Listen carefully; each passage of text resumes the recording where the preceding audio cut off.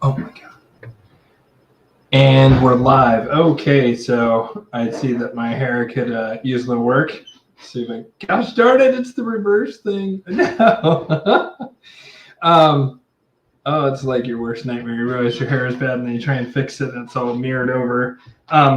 Anyways, great to see everyone. I'm just going to wait just for a couple minutes. We got at least 10 people in here before I really launch into things. But if you want to say hi into the chat there, and then we will get rolling on things. I'm just looking for like about maybe 10 people, and then we'll get rolling. How's everybody doing tonight? And please do feel free to say hi in the chat. I'm going to say Q&A.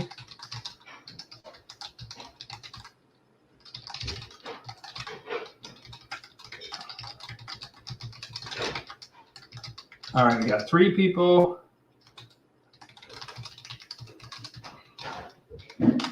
Alrighty, so boy, it's surprisingly a little bit slow tonight. I mean, I guess it is a Saturday night, and I'm kind of a homebody, so I guess I always just kind of assume that other people are a homebody like me, but a lot of people have like actually exciting lives where they go out and do stuff instead of being mired in research or doing whatever kind of stuff they get up to. All right, we got a couple of people here, so I'll just say hi to people. Hey, Juju Bear, not sure if you're in.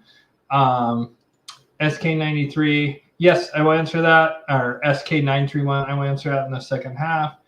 Thank you, Daniel Zach Smith. You're the man. Let's see here. Oh, yeah, that's my chat. Yay, glad to catch you live. Cool. Nice to see you, Pathfinder. Yeah, if anyone wants a shout out, they can say it in the side. Just say hi there in the side. I'm going to get the heating pad in place. As always, things went right down to the wire, and I actually I think started this like a minute late.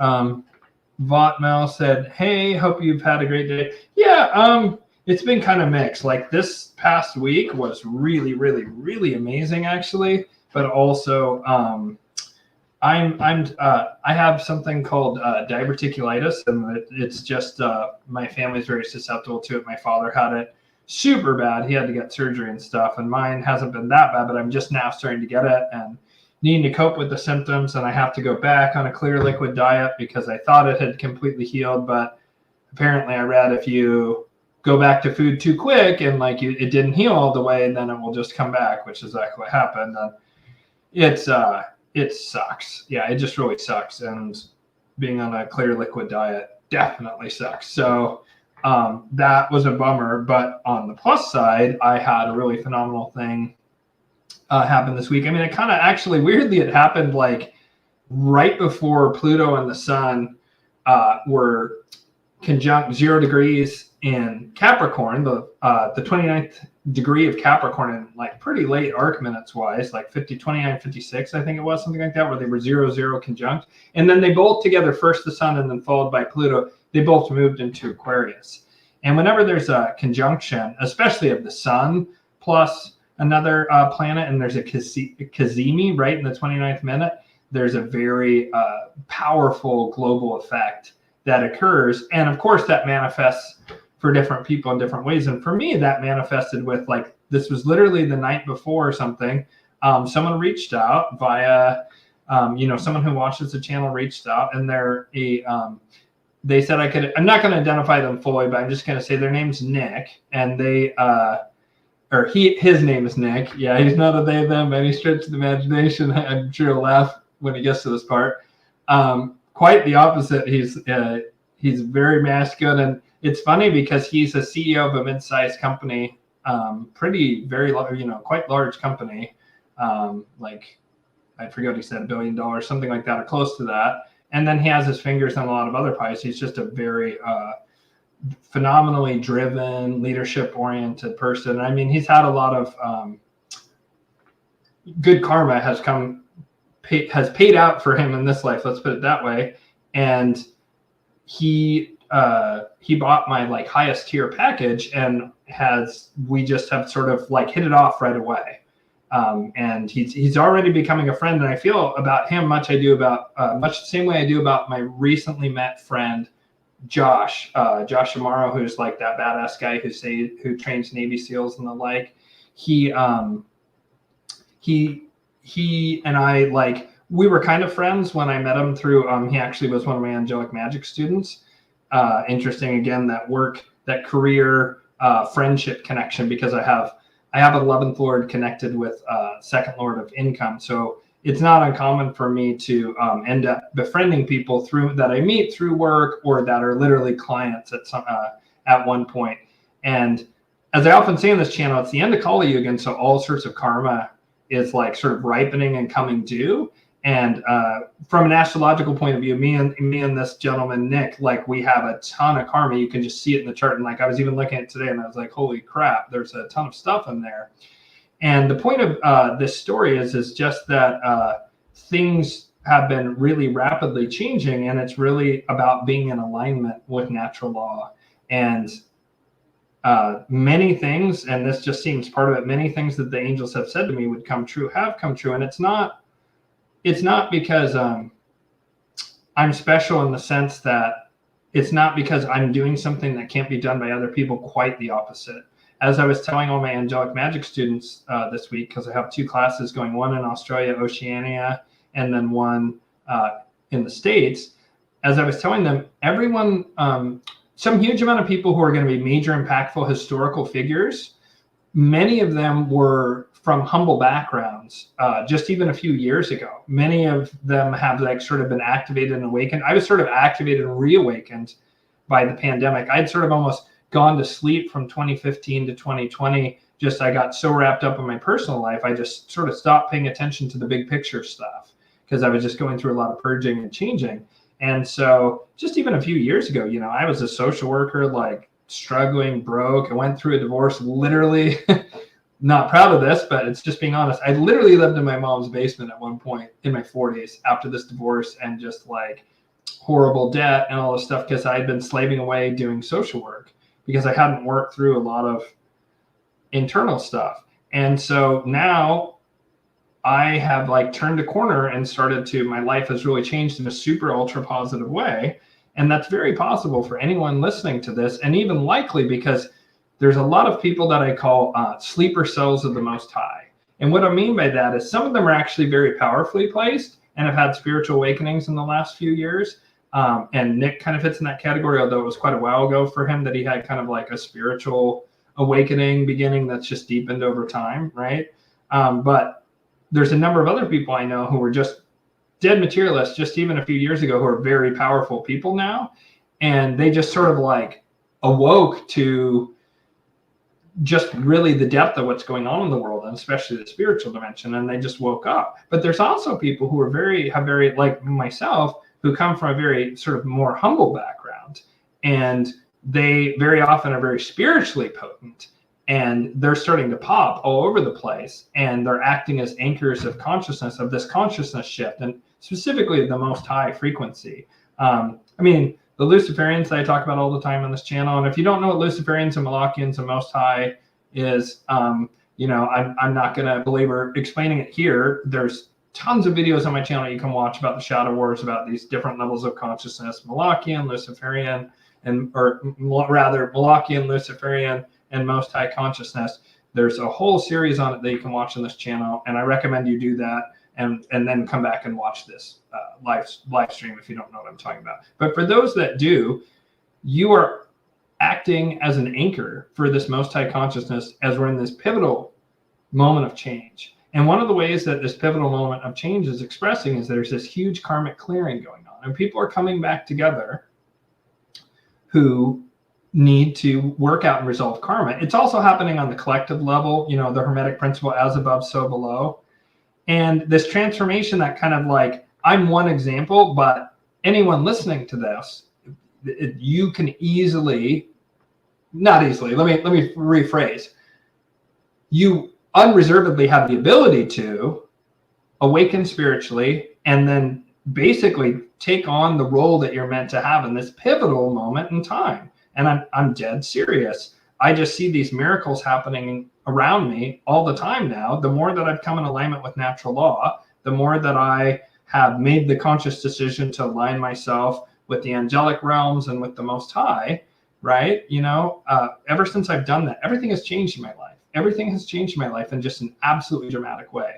And more of my Angelic Magick students are having their lives change in dramatic ways. And it's not just me. People are having it all over the place. All over the world, there's an awakening going on. For a lot of people, it's political, right? And very often you have to go through the political awakening in order to have the dark night of the soul that leads to a spiritual awakening.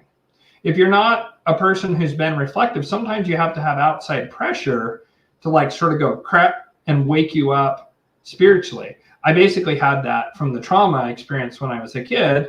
I know now that I would astrally project out of my body to get out of my traumatized body.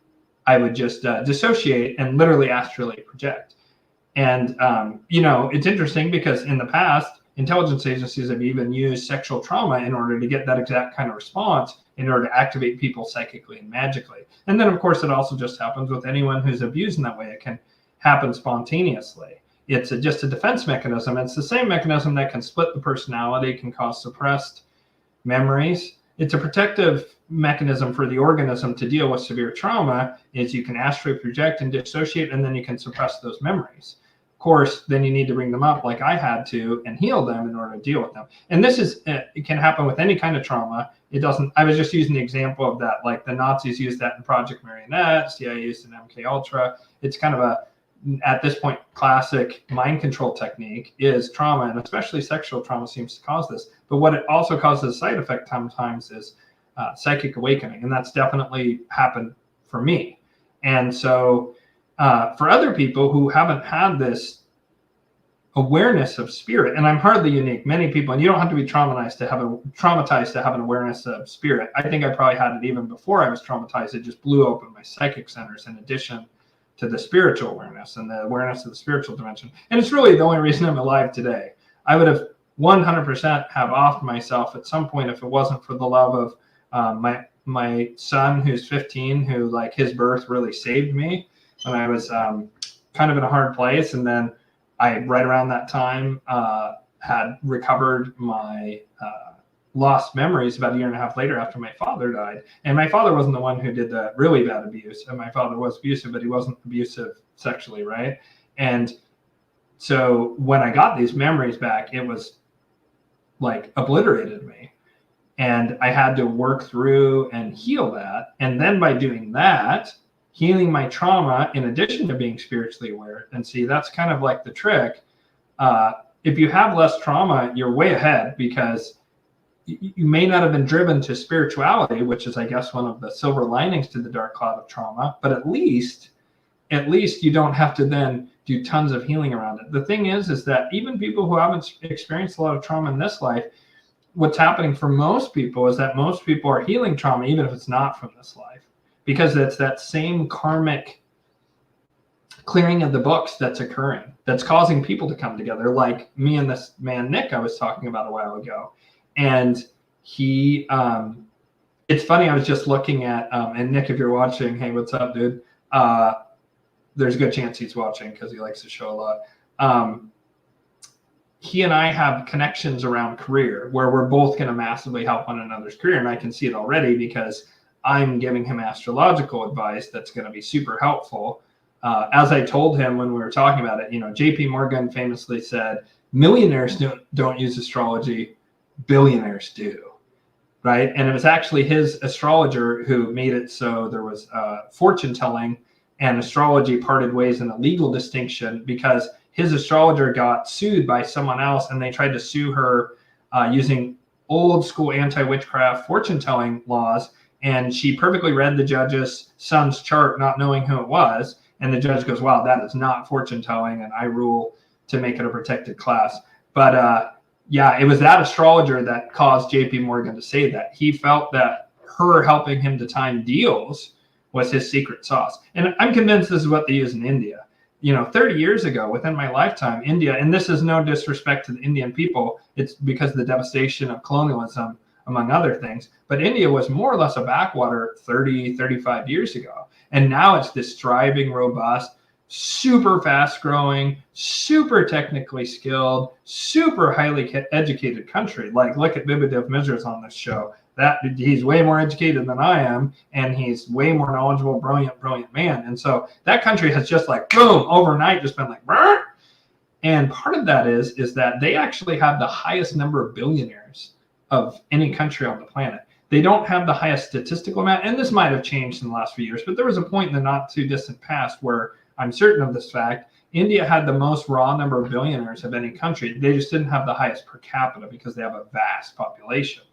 So what I am basically certain they do over there is that they do all the same due diligence a Western business person would do, but then they ask their Vedic astrologer or Vedic astrologers about when's the best time to make this deal, or are they missing something because it might say in the chart that there's something like a hidden enemy is involved. And there's lots of different techniques you can use. And so I think that that's how India has, part of how India has just absolutely skyrocketed economically, especially some of these billionaires, is I think some of them, not all of them, are using astrologers. And there's tons of stuff that shows that the corporations are using occult symbolism and the sigils and whatnot in their corporate logos. They actually usually aren't using sigils. They're using something much more powerful, an ancient symbol that has a deep imprint in the collective unconscious. And most people aren't aware of it on a verbal level because a lot of these symbols are very ancient.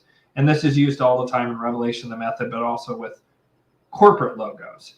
And so I'm certain that they use astrologers just like me. And I've had people tell me, oh yeah, they definitely use like magicians or esoteric occultist consultants and astrologers. And so it says right in our charts with me and this guy, Nick, that we have a conjunction of like a node and the vertex right on my midheaven, but it also represents his. And so we'll both help each other massively in our careers. And it's already happening for me, and it will soon really take effect for him because of a variety of things that we're going to work on. So it's very exciting, and it's great. And it's just an example of how things have just dramatically changed ever since I've dedicated myself, not to myself. Things have improved for me in myself. It's the weirdest thing. Like when I first started working with the angels, and this is one of the things I want to talk about with Angelic Magick, is that the different choirs of angels, and there's 9 of them, they teach you different things. And the first group of angels, which this is the kind of angelic magic I teach my students, the kind of theurgic, Solomonic, because it comes from King Solomon apocryphally, at least comes from medieval times, right? But I believe it actually goes all the way to King Solomon. Can't prove it, but it's just an intuitive feeling I have on certain things I've seen in past lives and so forth lead me to believe that. But so this theurgic Solomonic magic, it calls upon the 72 named angels, sometimes called the 72 Shem angels. And they are in many ways a mirror to the 72 Goetic spirits in the lesser key of Solomon, or the Goetia. So these angels, though, teach you about service. And they teach you about service by serving you. And you ask them for all this kind of stuff, and they'll help you, or they'll veto it if it's going to bring more chaos to your life. If a request would bring more chaos to your life, they'll veto it. If it will bring more harmony to your life, then they'll grant it, assuming that you get all the other elements of the ritual correct. Because they're a higher dimensional being, so they can look down and see the near-term future and determine if something's going to perhaps be bad for you or whether it be good. But they teach us service by serving us.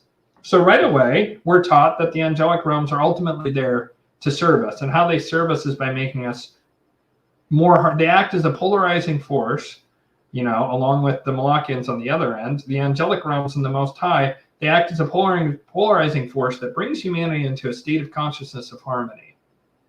Harmony and peace, and just a higher understanding of how to relate to one another in a much better way. And so they teach service by granting prayers or wishes. That's who responds to prayers. When Christians are praying and then their prayers get answered, it's those 72 named angels.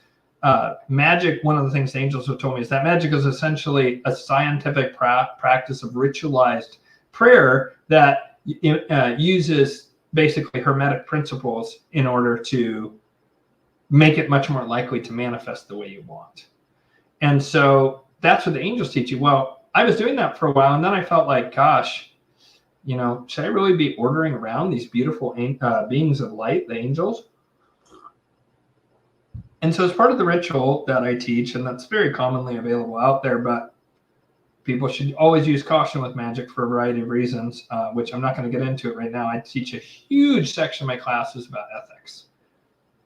And it's something I hammer home relentlessly with my students about the ethical use of magic, because the unethical use of magic is unbelievably devastating karmically, and it can cause short-term and especially long-term ultra negative consequences. So regardless, at a part of the ritual, you communicate with the Archangel Raziel.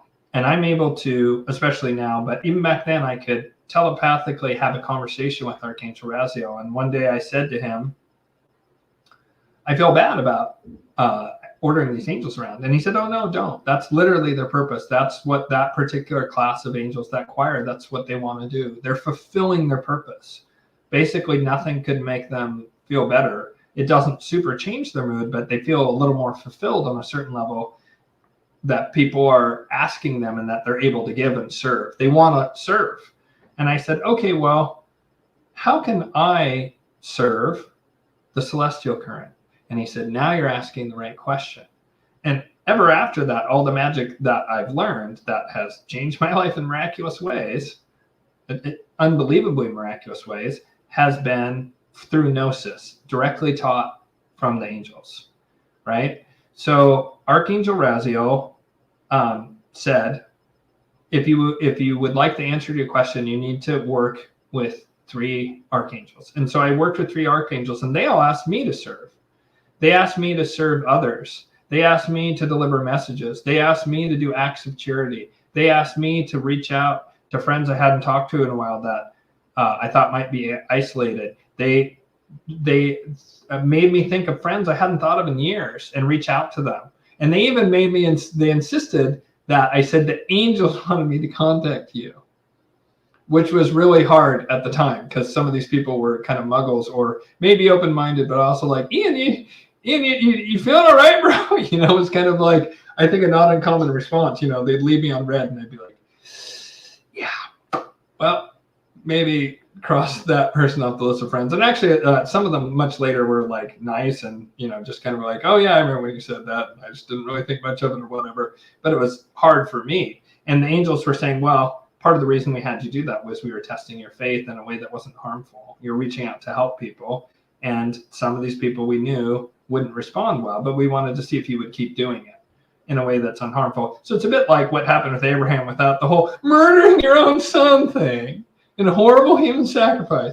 So testing your faith in a way that isn't like, I don't know, horrific and nightmarish and just abjectly evil and wrong, and shows that Yahweh and Jehovah is not the Most High, if there's any doubt about that, that those are just usurper gods. So the archangels taught me to serve others, to be of service. And then the next choir is the principalities. And once you get beyond archangels, in my experience, and I'm not saying that, I'm certain there's especially rabbis probably, and probably also magicians or priests in India working with the devas. So like the Indian aspect, like the angels through the Indian collective cultural context, right? With all its thousands of years of history, the angels are called the devas, right?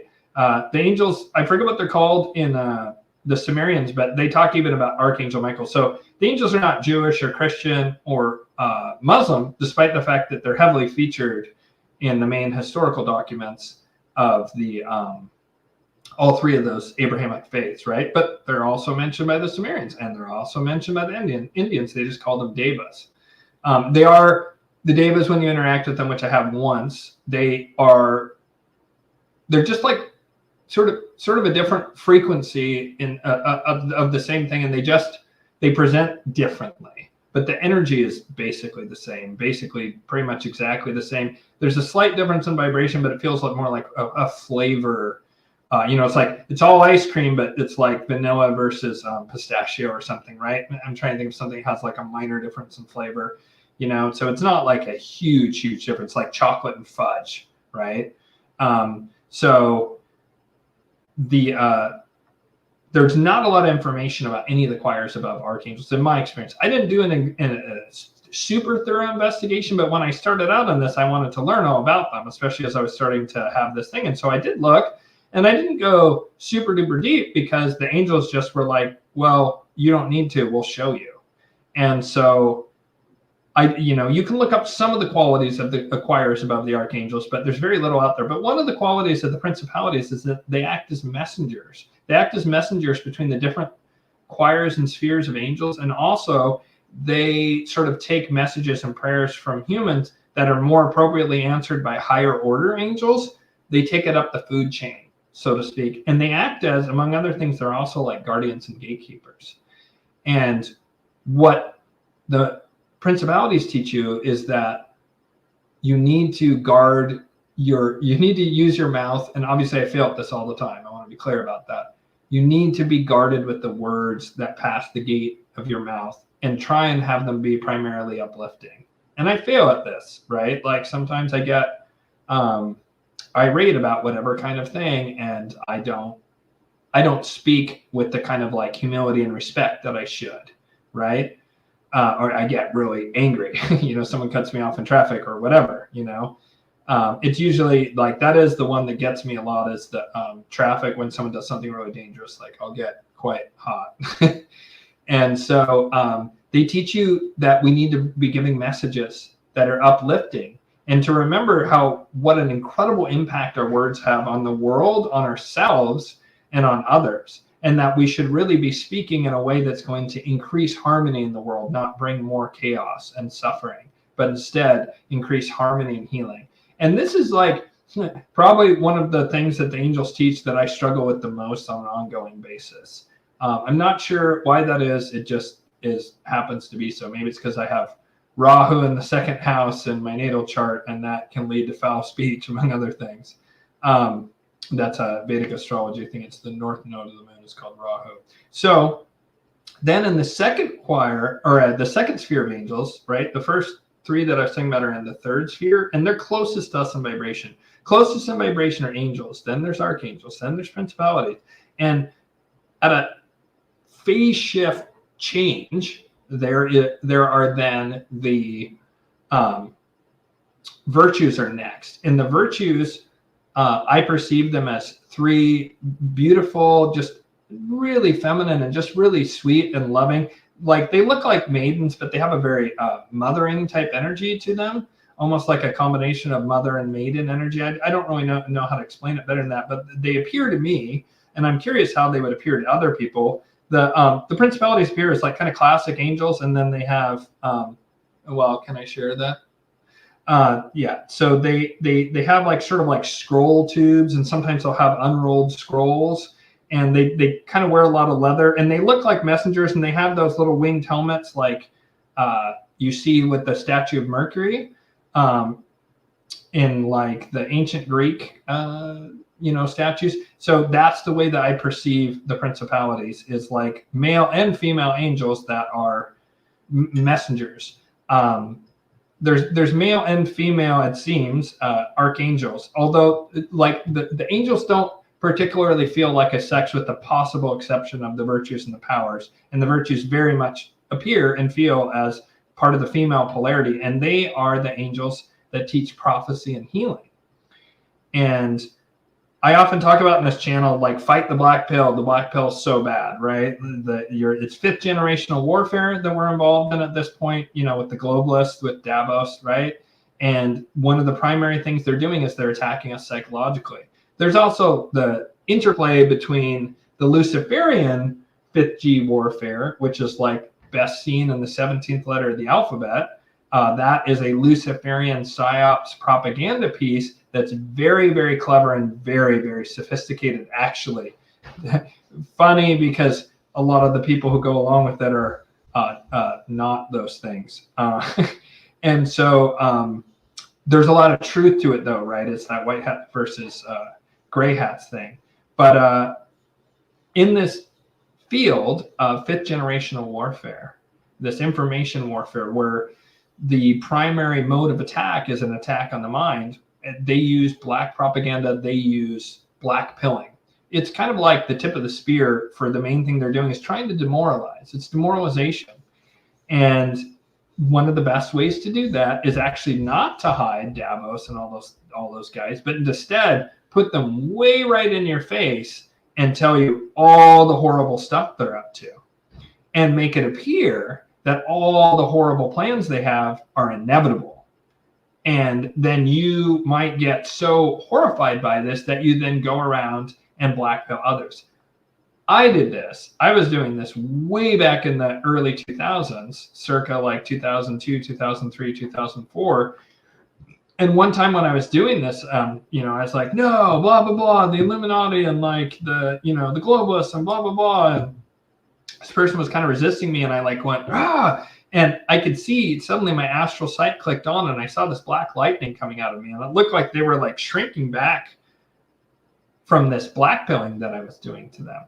And I used to do this all the time. I was so dismayed that nobody was listening to me and that like nobody knew. The exact opposite of what I feel since 2020, when so many people, it's like, people are just waking up all the hell over the place. And when I talk about geopolitics and the shadow war and Trump and like things like Snoop Dogg suddenly endorsing Trump, like, you can see how there's been this huge awakening has happened. But during that stage of the awakening for me, I was very much blackpilling other people. And that's why I have some sympathy for people who are blackpilling. But I'm also like, okay, you got to snap out of it. You got to snap out of it. We really don't have time. You can't do what I did and spend like a decade blackpilled. Like, you need to fucking, throw some water in your face. Like, we need to get on it, ladies and gentlemen. Like, we got stuff we got to do. And so it's such a horrible thing. And so I used to do that. And I also would do this I would give dark prophecy. It wasn't that I was like evil demons per se were coming to me and giving me dark prophecy, but I would go and find out all this conspiracy theory rabbit hole information, and I would spread it far and wide. And generally the way I spread it was in a kind of like dark paranoia, fear-based way. And so I was spreading dark prophecy that then it would like kind of come true years later, and that would just demoralize people. It would demoralize people when what I said had come true. And it happened all the time. I called stuff right all the fucking time, way in advance, much like a lot of you probably do with your normie friends now. You're like, wow, I called that 6 months ago or whatever. Well, I was doing this all the time, where I would sometimes be 5 or 10 years in advance of something that happened, or 20 years in the case of the pokey, right? I learned in maybe 2002-ish about the whole bioweapon thing and the plan to use a pokey for Depop, and I even told people about it, right? So the virtues were like, no, you need to give out healing prophecies. From now on, you'll give out uplifting prophecies. There's sometimes there's harsh truths in what they pass through me, right? But most of the time it's like very healing and uplifting, actually. And they also said that I needed to really focus on healing myself and healing others. So the virtues teach you to speak into existence a better world with prophecies of good, that you then say the prophecy and then you make it a self-fulfilling prophecy by acting on it. And usually, in order to do that, you have to do healing. The virtues also hold these 3 chalices: the chalice of tears, where most of the time we have to transmute trauma with the chalice of tears.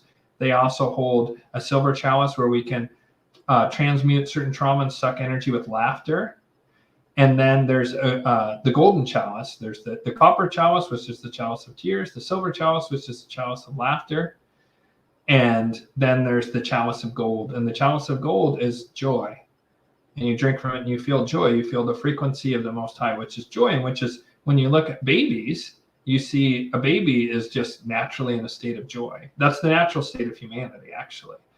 And you could say that if you're needing to heal from needing to heal from the horror of the Malachian world, usually you need the chalice of tears. And if you're still stuck in that, if you were traumatized by Malachian consciousness, or you yourself are stuck in it, which are almost always one and the same. Almost everyone who's stuck in Malachian consciousness has been harmed by people in Malachian consciousness. And that's kind of how that mind virus spreads. I mean, that's why they do the harm of children, to keep the lower astral open, and also to spread that mind virus of pedophilia, because it keeps that gateway open and it keeps traumatizing more people. And it's, from a demonic point of view, they love it. So a lot of times you have to drink from the copper chalice, the chalice of tears, and transmute that energy. And then when you transmute enough of that, you can kind of move into a more Luciferian level, right? Like most comedians are kind of Luciferian consciousness because they're witty and clever and biting and sharp, and they kind of see it, but they're also like kind of smug and kind of like self-interested usually, right? There's some that are better than that, right? But they're kind of like very often have a real smug attitude to them, you know, the ones who are good and actually funny, right? And there's a few, you know, there's like Sam Tripoli, of course, and Jimmy Dore, who are like genuinely funny and like genuinely good people, genuinely moving at a higher level. But I would say most comedians are like somewhere in the kind of Luciferian consciousness. Not that that they're condemned to it or it makes them bad or anything like that. I'm just saying like they're actually, it's good. Hey, good. You're above the Malachian consciousness. Good job. You're on the cutting edge of consciousness for humanity. It's actually like kind of a positive. And most high, like it just, comedy doesn't super work at the level of most high consciousness. I will just tell you, like there's always like some kind of slightly mean or shocking element to comedy that makes it good, but it causes that release of energy. But then the golden energy is joy, and it just, then that can just transmute everything. And so the virtues teach about those three ways of healing, but they also teach just about healing and about speaking into existence good prophecy. So then there's the powers. And some of these angels have sacred names that I'm not allowed to share. The powers, they look like basically, usually for me, like Greek, basically a Greek phalanx, right? Like 300 style with angel wings. And they're the guardians of the innocent, especially in the astral realm. And they do things like protect children and babies in the astral realm. And they're much more active when they're in yugas where they can intervene more. They can't intervene almost at all unless they're asked during a Kali Yuga. And then even then, sometimes they can't intervene. So, but they're guardians, and they also guard the higher realms and make sure that there's like a hard stop that no even slightly dark energy can make it past them. And they teach you the importance of protecting innocence, and that you have to guard innocence, and not just innocence out there like children, which yes, you definitely need to do that. But we also have to guard our own innocence by not harming ourselves by, for example, like watching porn or watching horror movies. And I get some people like those things, and I'm not judging you. I'm just telling you more than likely those things are causing some level of harm to you. Certainly porn is. I can't stomach horror movies. I used to love them when I was younger. I used to love them. Like, not really like really torture-y porn ones, but I liked the ones like sometimes that were like funny horror movies, where it was like sort of like there was this movie called Blood Diner, which is a bizarre, insane movie from the 80s, weirdly about Babylonian magic. Now that I think about it, wow, that's crazy. It was a weird occult movie for sure. And it was like a weird horror comedy movie. And like, that was kind of the stuff I liked, the sort of tongue-in-cheek, really shitty horror was usually what I liked. The harder horror, like, I just didn't like it even back then. But so protecting our own innocence, and there's a lot of ways that we can protect our own innocence, and also to stay open to our own innocence. So they teach us the principle of there's things worth fighting for, and we must protect the innocent. So then there's the dominions. And of all the different classes of angels, I can't reveal this, unfortunately. Someday, perhaps. I'm certain there's other people that know all this stuff, like in particular rabbis, and probably in India, there's probably people who understand this from the Indian cosmological, cultural perspective, their experience of the devas. So I'm not claiming unique knowledge here. I will say that from what I've been told, not a lot of people know what I've been gifted to see. But one of the weirdest things or shocking things to me was what the dominions look like. And no, I can't even give any hints. They're very, I just didn't expect it. I guess I can give one hint. They look like something that there's representations of this in the ancient world. I'll say that. I can say that. And that's about it. And they're very kind of shocking looking, but they are the ones who pick the good kings on earth, decide who's worthy of kingship, which of course nowadays is CEO, things like that. Like the guy I was mentioning earlier, he's just a really cool guy, and like we have all this karma together clearly, and we just instantly hit it off, and like I just feel like friends with this guy already. I mean, he says the same thing. So but this guy Nick, who's the CEO, he just has kingly energy straight up, and like you see it in his chart in spades. And he clearly, like he says all the time, he gets lucky and blah, blah. He's been really lucky and really fortunate.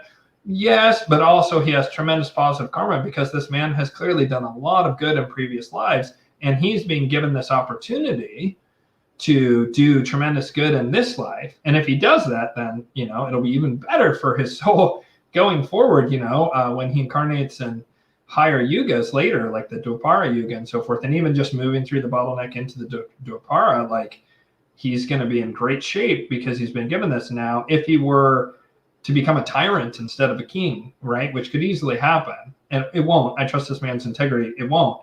But if he were to become a tyrant, then he would fail. And then you would have terrible karma to deal with. So all these people who are super wealthy now, they've been chosen. Their soul, it's a time with some certain exceptions. These are people who are given a chance, who are like people who are good, like this man, who are like most high aligned. The dominions choose who these kings are. They choose who these kings are, who these kings' advisors are. They choose who is going to wield power on behalf of the Most High. And what they teach us is the importance of sacred humility, that we have to be very competent. We have to be very, hardworking. We have to be very serious about what we're doing. It doesn't mean we have to be like serious and morose all the time, but I mean, take what we're doing seriously. You know, we can be lighthearted and carry out our work, but we have work to do. And that when we do that, we have to lead by example, and we have to have sacred humility. And this man's actually like really demonstrates that sacred humility. Like I was talking to him for many, many hours before he kind of said anything at all that sounded anything like sort of showing off the level of accomplishment this man has. And he said something once by way of an explanation that was just like, I was like, geez, that guy's really like knocked some shit out of the park. Holy crap. But it's not something. I had been talking with him for many hours before he said anything like that. And he's very humble and like was always saying like, it's the grace of God, blah, blah, about how he's in the position he's in. And he's right. And so the dominions choose that. The dominions also taught me that bankers are not evil. They simply direct the flow of money. And in a Kali Yuga, that money flow, which is just an energy flow, has to go to people who are Malachian consciousness primarily. And then the next served are Luciferian consciousness. And the least served are Most High consciousness. But that's changing. And like I'm friends with someone who is a former managing director at a major bank, actually 2 different major banks. And he's now my mentor. And I am 100% certain this is a good human being. I don't have a shadow of doubt. He admittedly had a huge awakening, right? A spiritual awakening, and that really shifted his perspective on a lot of things. But that's exactly it. See, it's that sleeper cell of the Most High thing I was talking about earlier. People are going pop and waking up, both powerful people, but also people who are meaning people who are in positions of power are waking up, but also people who are very spiritually powerful are waking up. And the spiritually powerful people, the reason that this has been not happening until very recently is now that the Malachians and the Luciferians are at a war with each other, and the Malachians don't completely understand what they're fighting. They really don't understand what they're up against. They think that it's a factional infighting thing, and that is also true. There's also factions within the Malachians. According to angels, there's factions within factions in both the Malachians and the Luciferians. There's many, many factions that fall under those broad umbrella groups of consciousness. And so now that those two are fighting each other, they don't have time to go around and play whack-a-mole on spiritually powerful people the way they always have in the past, or positive leaders, going out of their way to take out a CEO who's good, or to take out a politician who's good, or to take out whatever. I mean, they're still circling the wagons for sure in the political sphere, and there's just not a lot of work you can get done there. But and I really think the private sector is where you can get work done. I was actually talking with that gentleman about that. He said that was his philosophy, and I was like, absolutely, I'm 100% certain you have to do it through the private sector, and you have to like basically have a corporation or some kind of business so you can accumulate resources so you can do things in the material world to help people. I'm not going to be able to make golden aged enclaves with my LaCroix can 5-cent deposits, although maybe with my LaCroix can consumption, I actually would be able to fund a golden age enclave. But an average person, not a chance. No, I'm just kidding. But you have to have resources in order to do that. And so one of the things the Dominion said is that these bankers distribute resources, and they're now changing where these streams are going to go. And it's starting to happen. And I've seen it firsthand. Like, I know this is real and it's unfolding. So that is that choir of angels teaches us humility and service. So then the next choir is very bizarre looking, and their form is actually kind of notorious in the Bible. It's probably the most notorious angelic representation in the Bible, and that is the Ophanim. And the cherubim are also very strange looking. And in fact, in the book of Ezekiel, when Ezekiel sees Ezekiel's wheel, what he's seeing is he's seeing an Ophanim, the wheels within wheels with eyes on the rims, right? And often have celestial fire and lightning around them. And then within it was riding a cherubim that had the face of a man, the face of an eagle, and on the other side, the face of a bull, and on the back of its head, the face of a lion. And that represents Aquarius, the man. Scorpio, its old form as the eagle. That was the ancient form of Scorpio, was the eagle, not the scorpion. And then Taurus, the bull, and then Leo, the lion. So the fixed signs. And so the Ophanim are very strange. They're a bit like, you just have to be a Gen Xer to get this reference. They're a bit like Kit from Knight Rider, that old 1980s TV show where David Hasselhoff he was on that beach show. What the hell was that show called? Shows, obviously I don't care. There was that beach show that was crazy popular in the 90s. I can't think of what it's called. God damn it. They would all wear red and run out in the ocean. Anyways, the guy David Hasselhoff from that, he was in the show called Knight Rider back in the 80s, and he had this car that would talk to him. It was sentient, and it had a personality, and it like had AI that was like full-blown sentient, would like make jokes and stuff, and clearly had a personality, and mostly lived to serve and had certain parameters he couldn't violate and so forth. The Ophanim are a bit like that. They're these spiritually self-aware, almost, they have a certain machine-like quality to them. And I'm not saying that at all in a denigrating thing. I mean, they're these very sacred, holy beings, but they're just very strange, and they're vehicles. And they teach us that we have to be a vehicle or a conduit for the Spirit of God, the Holy Spirit of the Most High, to move through us. We have to get out of our own way, and we have to act as a conduit for this grace to move through us in the world. In other words, we have to, while maintaining our personality, we have to, as much as possible, heal our ego so it shrinks down, right? We're not, the goal here isn't, I'm going to do an episode on non-dual here, just so Mr. Quantum stops pestering me. No, I actually needed a subject this week, and he's been very patient. I said I was going to do it 1,000 years ago, and I didn't, so I'm going to do it this week. I have some extra time. It's opened up. So not the transcendence of ego and transcendent spirituality, but getting out of the way so that way we can experience that polarity of goodness that I think so many of us are aching in our souls to experience. This is what I realized. I was on the non-duality enlightenment path. I'm getting the fuck out of here for a long time, right? The not Bodhisattva, but the Theravada Buddhists, like, get on that raft, get across the river of enlightenment, get to the other side, and do not come back.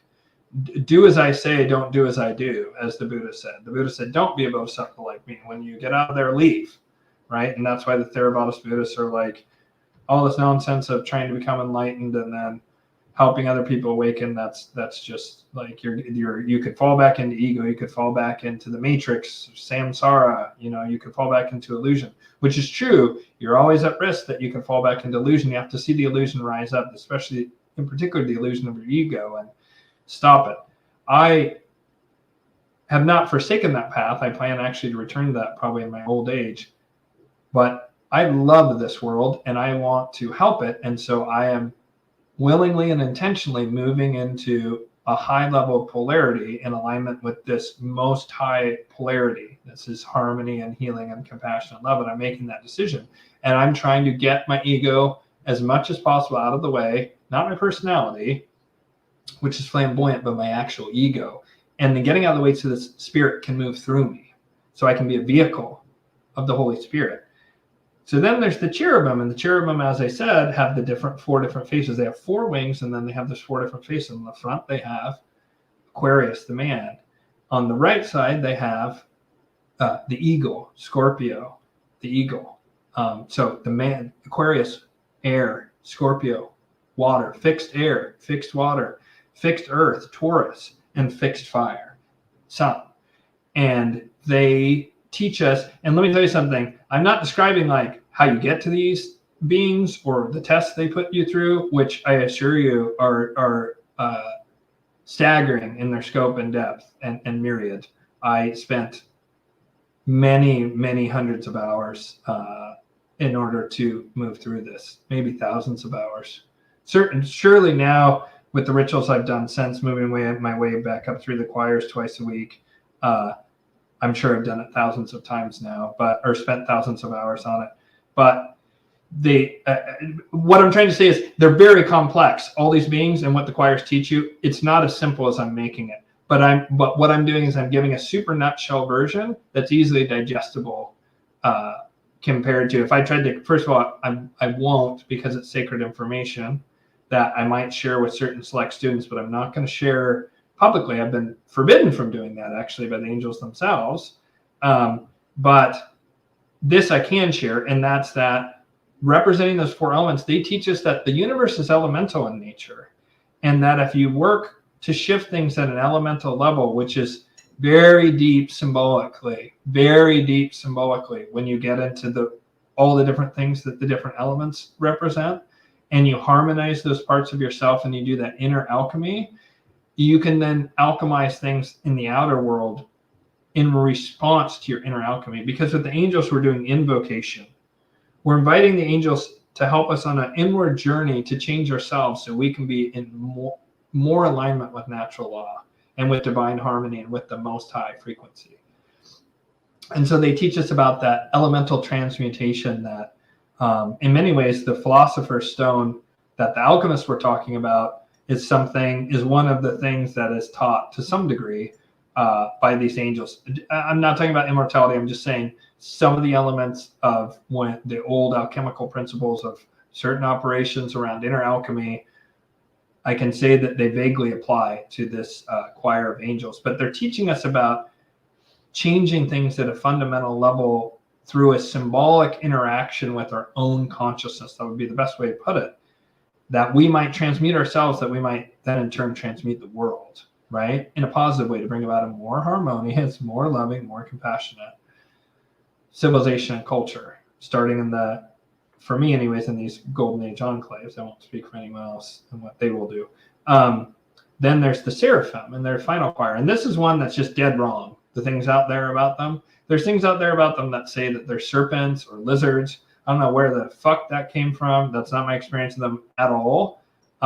They're phenomenally beautiful. They do have a weird thing in order to hold the frequency they have. This is something the angels revealed to me. All beings that hold this super polarity frequency have to hold a little nugget of the opposite polarity within themselves, which means that all these super mega demons have like a little positive nugget. And you see it in the yin yang symbol where there's that little eye.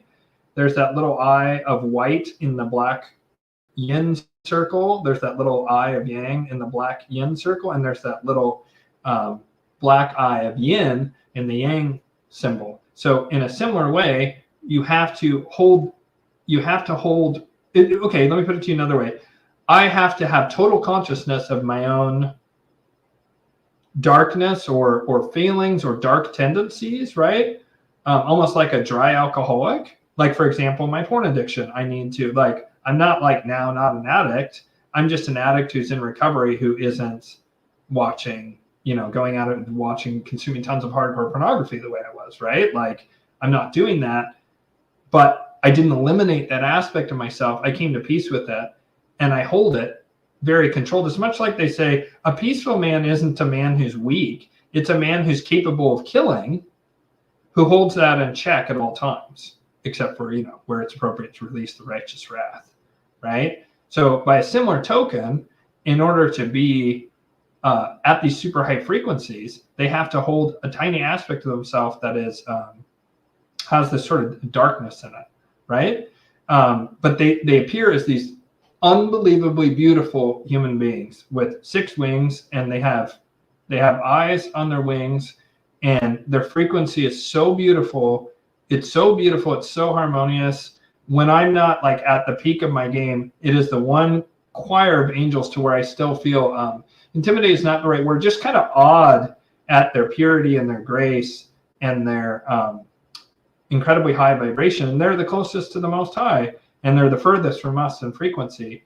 And what they do basically all the time when they're not, I guess, talking to people like me or whatever, is that they're singing in praise of the Most High. They're singing in delight and joy at the existence of creation itself. They're singing at the frequency that allows for all of creation to exist, and they're singing in exaltation of the beauty of that and how beautiful existence is and how all grace and glory goes to the Most High. And they're there to teach us that this life is supposed to be a celebration of the Most High. It's supposed to be a celebration of this beautiful garden that we're in. It's supposed to be a celebration of everything we're doing. And the damn Malachian consciousness gets us dragged down and in that rat race and like forgetting that, you know. And unfortunately, in certain arenas like business or what have you, you can't really have this hippie Most High attitude. It's not going to work, right? Like endless people have been crushed by trying to do exactly that.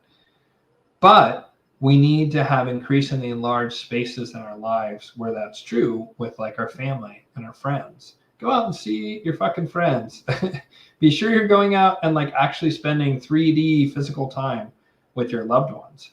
And that's where you can experience. Go out in nature. If you have a shitty family and maybe like for whatever reason you don't have a lot of friends, go at least to a park in your city, you know. And if you can get out into full-blown nature and go on a hike, and then you can start to feel that and open back up. And really everyone should get into nature if they can, and everyone should, if at all possible, try and reach out in their social circle to have that kind of connection. And so that is what the 9 choirs of angels are there to teach us. Let me see what else we're going to talk about here. Yeah, so I want to just talk about there's some really great stuff happening, it seems like, on a lot of levels, both here with American politics and also geopolitics. And you keep seeing this swing back and forth between the Malachians will do something really dastardly and we'll try to pass some evil law, or we'll do some horrible thing. And then there's a response from the Luciferian side. And of course, people who are most high aligned tend to be pushing along with the Luciferians against this fucking satanic Malachian elite scumbags, right? Like there's common cause there between people who are good aligned and people who are of this more like libertarian, sort of self-interested, selfish set that at least doesn't feel the need to enslave their fellow humanity, right? The Luciferians, like, at least they don't feel the need to enslave and genocide on all of us, right? Which is, it seems like a very strong step in the right direction, that they don't want to harm children, commit genocide, and enslave their fellow human beings. They just want to maybe impoverish their fellow human beings. I feel like we're moving in the right direction here, folks, getting away from that whole vast democide, genocide, conquest, slavery model. I feel like that's something that used to seem like it was in our distant past, and then as of late, it seems like it's on deck again, right? So I'm talking about this conflict between the Luciferian and Malachian political factions. When I say that there's good things afoot in politics, I'm not trying to imply that I think that this isn't happening without like a lot of machinations occurring. So the big one for me, and the most exciting one, is these vast protests of farmers throughout Europe. I don't know if it's grassroots. I suspect it's not. I suspect that most of the stuff, including most of the truther movement and resistance, that the reason that we're able to have any resistance whatsoever is that the Luciferians are kind of basically silently backing us. And they're also dropping information. They're doing info drops. Info drops. Where have I heard that before? They're doing info drops to regular people to push their own agenda and to plant the seeds on the fringes of society to create the narrative that they want to create. And so that an example of how you can see this in the past is, remember, until basically 2020, 2021, the Luciferians and Malachians were like a hand in a glove. All the clever planning that the WEF did all the way up through 2020, which was staggering in its scope, right? Chef's kiss. That was the Luciferians doing it. That was that Luciferian level of consciousness doing it. And the spirit, literally, of Lucifer acting through those people who are at that level of consciousness, who are administrators. But they've withdrawn that support. And now they largely are there to help the Malachians along towards the pit trap, you know, kind of like, oh, come on, evil Malachians, let's keep going, keep marching that direction you're going. You just keep going right into that thing marked obvious pit trap. Just please continue to march forward and tell everyone that they're going to eat the bugs and they should have piss water beer, Bill Gates. Like, people are loving this. Yeah, Klaus, you tell them about your insect eating fetish that you love to force on your victims. Yeah, please speak directly into the mic about that, Klaus. Right? Whereas in the past, they would have had handlers that would have kept their most unhinged stuff inside their crazy brains. So when I say that I see this stuff, you have to understand where I'm coming from. And you also have to understand that they've done this before, this seeding on the peripheries of society. Most famously with the 60s and 70s and the counterculture movement. That was a nested Malachian Luciferian project, by which I mean the Luciferians sold it to the Malachians as, we will destroy the family with this hippie movement and feminism and race-based movements, all stuff. We'll create greater division. We'll destroy the family. We'll destroy the fabric of the family and society that's largely Christian in nature. And we'll invert all that so you guys can just come out of the closet as like the evil pedos you are. We'll help groom society in that direction. So the Malachians are like, wow, that sounds amazing. Like, the only thing we can't do is our monstrosities in the sunlight. That's literally the only limit of our power. God, we'd love to do that in public, right? It's that same thing like Klaus Schwab is like, oh my God, so eats the bugs. Oh, I think I just came a little bit.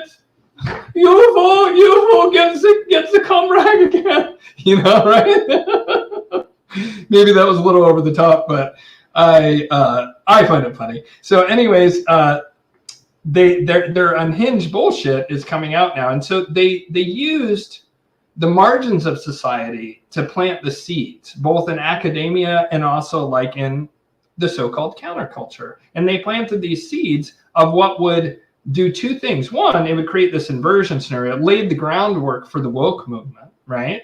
All that feminism and countercultural stuff the boomers went through with the hippie movement, right? And just all the kind of anti-government, anti-authoritarian stuff. They used it basically to tear apart like Christian values in the family and all this kind of stuff and set up the woke movement, right?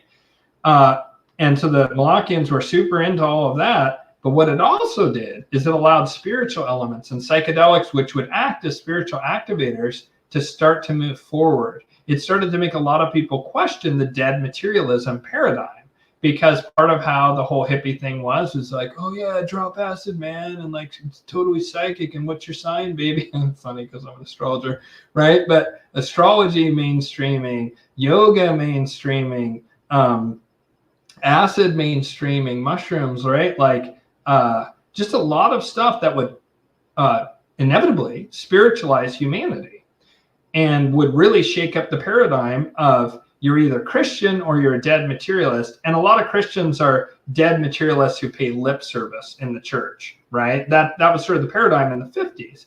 A lot of people were like, well, I got to be Christian, but really better living through chemistry and science. Am I right? You know, they were kind of basically, they might have been moral or whatever by conditioning, but they were kind of dead materialist spiritually.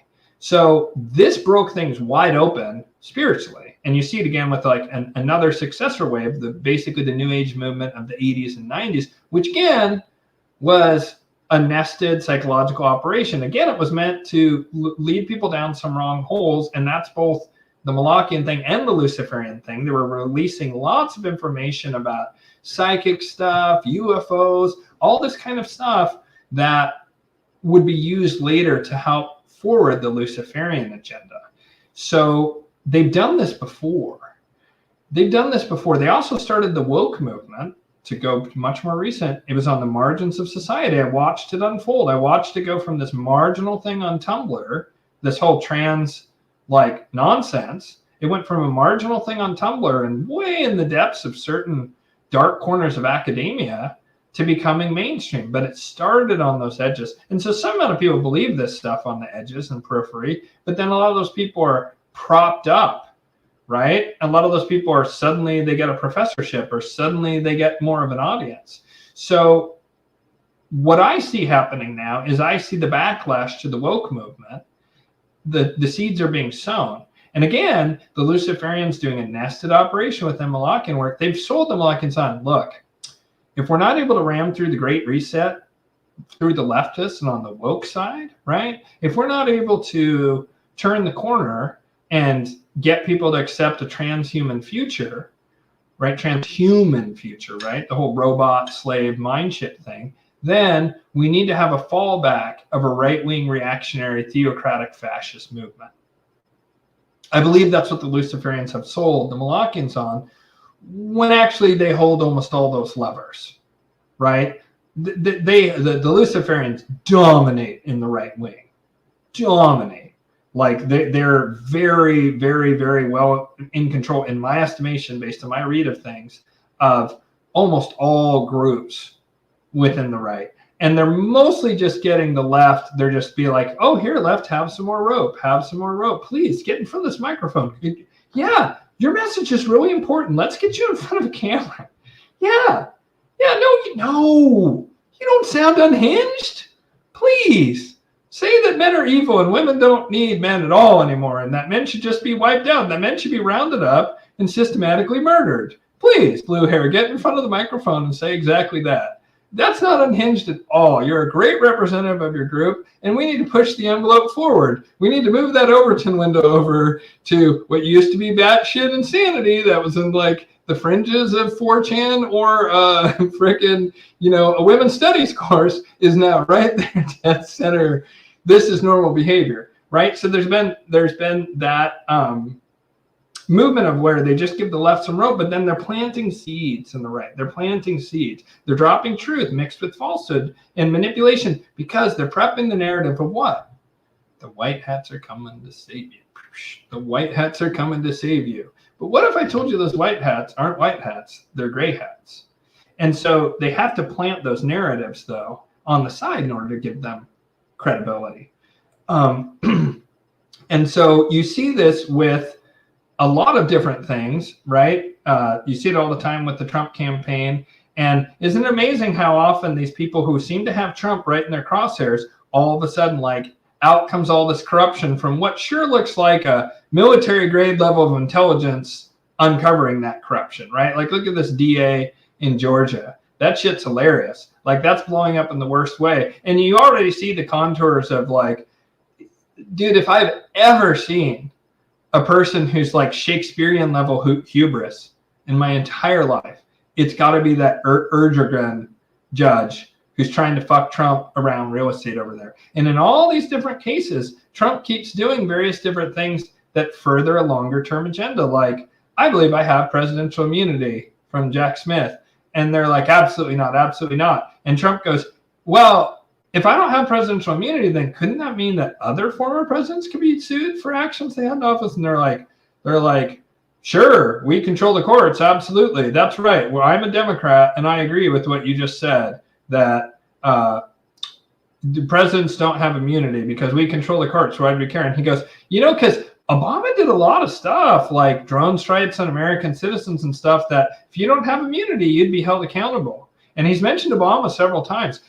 It's almost like Trump's going to win, and then they're going to hold W. Bush, Clinton, if he's still alive, and Obama and Biden, if he's still alive, accountable for war crimes, is what it sure sounds like to me. You notice Trump did a few things that are questionable. I'm not sure if like that Soleimani thing was a war crime. I really don't like what happened with the Houthis. There was a few things, but man, Trump is the least warmongering, least war criminal president of the past 30 years. Like, easy. Like going back to H.W. Bush, like H.W. Bush, Clinton, W, duh, right? Obama, oh my God, Biden in Ukraine, right? Like it's war. It's like a war crime, frickin' like course. It's like a clinic on war crimes, those presidents. And so it sure looks to me like Trump is setting it up so he can go after them after the fact. This week, all of a sudden, you're starting to see more and more people flip to Trump. And where you're really seeing a shift is do yourself a favor and check out Trump Latinos on Instagram. They're this group of Latino rappers, but they often rap with black guys, and they just have amazing rhymes. And they're all about how they got tricked in 2020, that Trump's awesome, that the whole hood is voting for Trump. And there's like Trump this, Trump that. I am far too white to say one of their most hilarious lines, which was you'll have to use your imagination for one of the words, but they say presidential NFTs blank for Trump, right? And just an N-word, right? and it's just so like it's in a flow where they're kind of talking about crypto for a second. It's just freaking hilarious. And now Snoop, who actually did a video where Trump popped out of a limo and then he had a little bang, like one of those old school guns where the little thing comes out and it drops down a flag that says bang, right? You know, like clearly talking about like taking Trump out. And now all of a sudden Snoop's like, Trump's my boy. 50 Cent just came out and said, Trump's my boy. Why did 50 Cent in particular come out? This comes to something else I want to talk about. This very odd thing that's going on the border. Probably a lot of you have heard either, oh, there's nothing at the border whatsoever. Trump's just racist. If you're a Democrat or if you're right-leaning, you've probably been like, wow, look at Governor Abbott and all these other governors come forward. And again, that's Luciferian. Here's what's so odd. I watched this right-wing conservative comedian, and he went to Eagle Pass, right? The infamous bridge where there's like all those people trying to come over, and like that's where the media is always clustered. And he drove down, I don't know, 5 miles maybe, from Eagle Pass. Is all militarized, and there was all these like hardcore looking like best of the best National Guard, Texas National Guard guys, and like they're checking everybody's ID, and it's very serious. It looks like a hardcore militarized border. And then he drives down further. I'm not making this up. I wish I could remember this guy's name. He's from Texas, and he's got a big ass beard, and he's a comedian apparently. Never heard of him before. He has a very thick Texas drawl, and he's like, I zeroed out. This guy's like a legit conservative, and he said he just didn't know what to even think about this, except for he just feels like we're being duped across the board, and he's right. I would love for him to see this channel so he could kind of get a reframe. That might be helpful. He drives down, and there's all this fence, and then he just keeps coming to these gateways in the fence, and some of them are just like literally open, and they're like, I don't know, 14, 16 feet wide, and there's nobody there.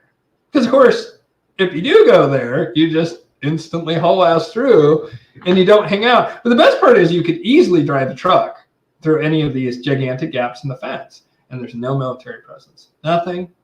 They're not even chain shut, most of them. Most of them are just straight up open. And this kind of blew my mind because I wasn't even aware of this because, of course, I don't live down there. And I was kind of buying this, I still do kind of feel like, with Abbott and the other governors, like enough of this Soros third world invasion nonsense, right? That is just going to harm. It's just going to harm these people, because what will happen is some of these people, like you see it in New York, they gang beat this cop or whatever, and they just found out that New York was giving out like 5 million in cash, prepaid cash cards to these illegal immigrants, and California is now trying to pass a law to where they can give unemployment insurance to illegal immigrants. And I'm just like, but we paid for that. That came out of my paycheck. Unemployment insurance. Those guys have never worked in this country. What? These aren't like hardworking Mexican families in the field. These are like, God knows where they're from. Could be anywhere. And they just got here. They haven't put anything into Social Security or unemployment. Like, what the fuck? And so 50 Cent saw that, who he's now going by quarter because of Biden inflation. 25 cents. He said that he was like, fuck, maybe I got to vote for Trump now. This immigrant stuff is out of hand. And so, like, that vision that I had a year ago, like the worm the worm turns. It always does with Trump on the back of a giant worm. You can go back and watch it. And back then it didn't super look like Trump was going to crush. And right now Trump looks like a juggernaut. Trump looks like an unstoppable juggernaut to me. And he looks to me and behaves to me like someone who's already won and is actually currently in control.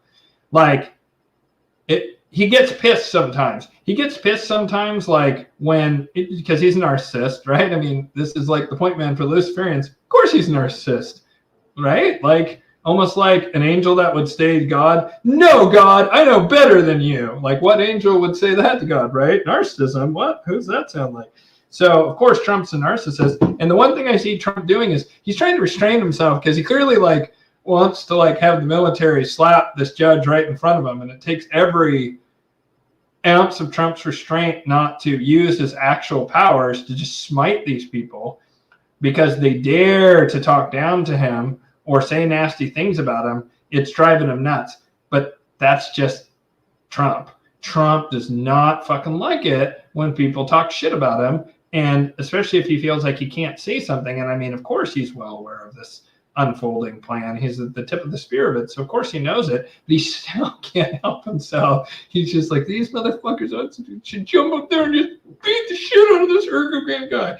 And that Drudge is just the most punchable person I've ever seen in my life face-wise. I'm not saying, any sort of violence should be done to this person. I'm simply saying, looks-wise, this guy is just, God, he's so smug. It's just amazing how smug he is. Like he just looks like I said earlier, like Shakespearean tragedy figure of just hubris on two legs. It's insane. And so I'm sure that guy's going to have his comeuppance. So last thing I want to say about geopolitics, this farmer thing is very encouraging. Even if it's not organic, even if it's directed by the Luciferians, which it probably is, it's really interesting. And also the inevitable reactionary right-wing coup in Ukraine looks like it's any day now. Zelensky's going to get hung from a fucking tree by those Nazis. They just went along with him to get money. It's that devil's alliance between Nazis and, some amount of Jewish people like Zelensky to where, you're making a deal with the devil. On both sides, from your point of view, you're making a deal with the devil to advance your agenda. And the far right, the Nazis in Ukraine, they will take Zelensky out. He tried to fire that general and they're like, yeah, you know what? No. Oh, I wouldn't sleep too deeply, or perhaps you want to sleep super deeply there, Zelensky, and just not wake up again might be a best case scenario for you. I don't think, and I'm sure if he tried to leave, he would not make it out of there. So his goose is cooked. He's lost his backers, in the deep state or whatever, who he was just always a proxy for them for anyway. And the hard right in Ukraine, it looks to me like they're days, weeks at most from they're going to take him out. And I don't know what that means for that war. I can only imagine that means escalation. All right, so I'm going to take a quick break and then we'll come back and we'll do the second half and we'll answer all the questions. And so I need to real quick get my little break screen up here. So I wasn't ignoring people. I just wanted to say all that stuff before going to the, before getting on the break. And then I'll do, oh my God, I hit the damn Zoom button. I always hit the wrong icons here. Okay, so let's see. So then share, present. They have the most non-intuitive thing on here. Okay, there's that. And then, actually I have to stop sharing because I have to turn off my mic first and then do that. I will be right back, folks. 5 minutes.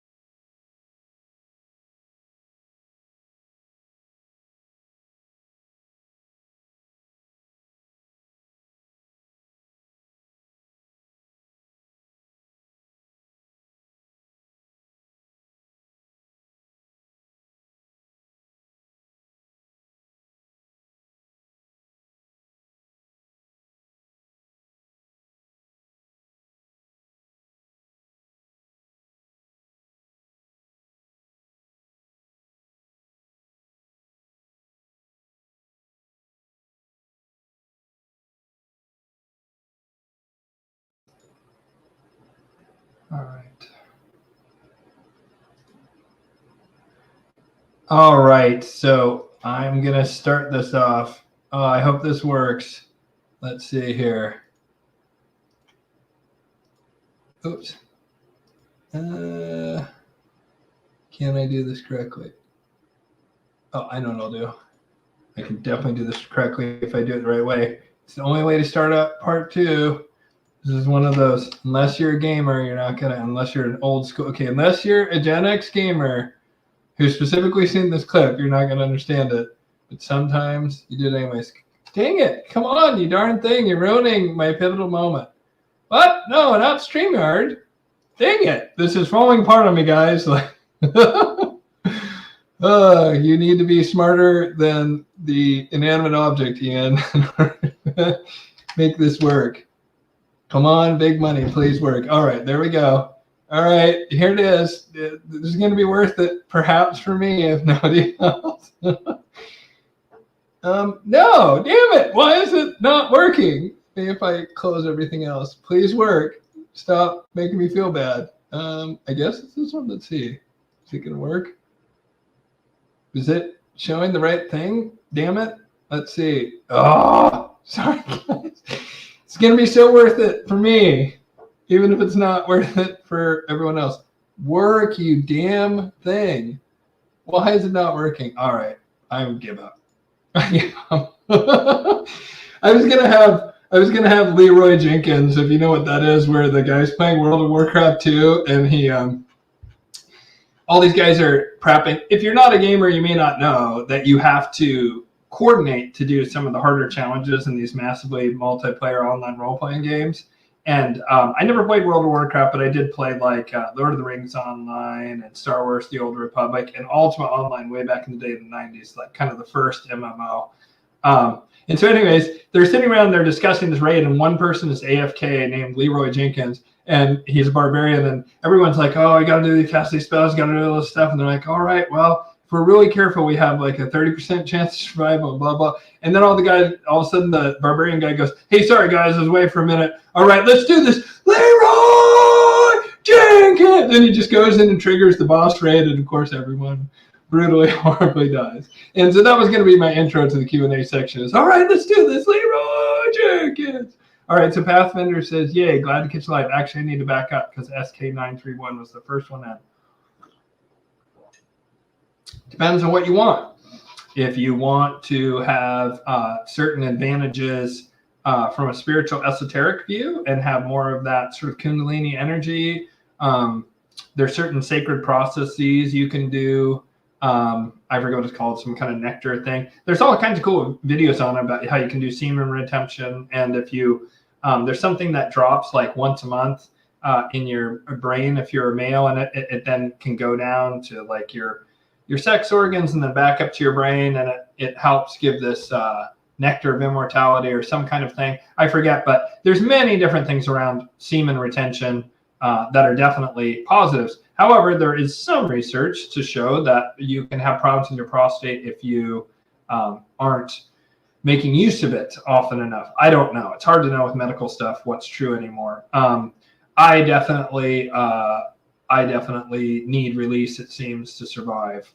I one time like kind of did like 6 months of like no taking care of myself, no being with a partner. Not 6 months, excuse me. Try again. 2.5 months maybe. And then, man, I met this woman and she was like, oh my God, there's something about you. And what it was had all this built up energy. I think it's part of it. Man, she hounded me and she wanted it so bad. And I was like, oh, I just can't resist anymore. And then as soon as I broke the seal, it was like, done. And I've never again really tried to control it because it also was like causing like problems with my mind because I was just suppressing a part of myself. Yes, there are a lot of benefits to it. There could be some downsides. I don't know.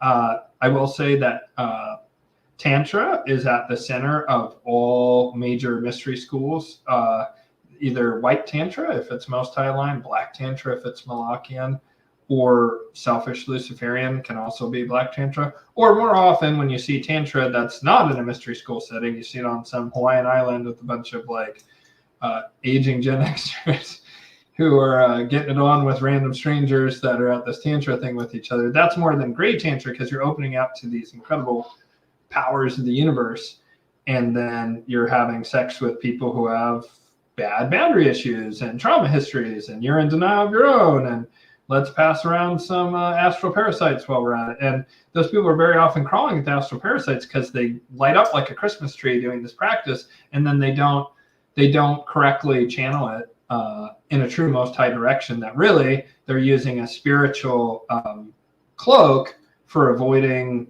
dealing with their own issues around sex usually. This isn't to say that you can't have non-monogamy, or you can't have monogamy, or you can't have abstinence, or you can't have any combination. Different people feel different things. And for me, the one and only standard is consenting adults. And that's it.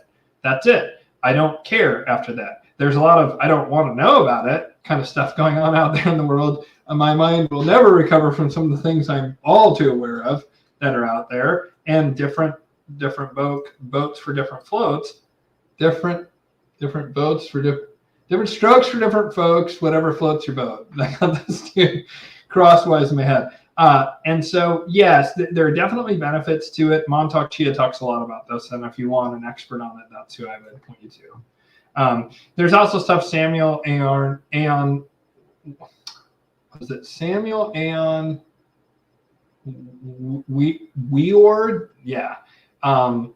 That guy kind of did pseudo tantric-y stuff, and I get less of a great vibe off him. I like Montauk Chia better. All right, yeah, you got to catch live. Nice to see you. Hey, hope you had a great day. We talked earlier. Thank you, Bob Mel. I appreciate it. Hey, what's up? Look with them.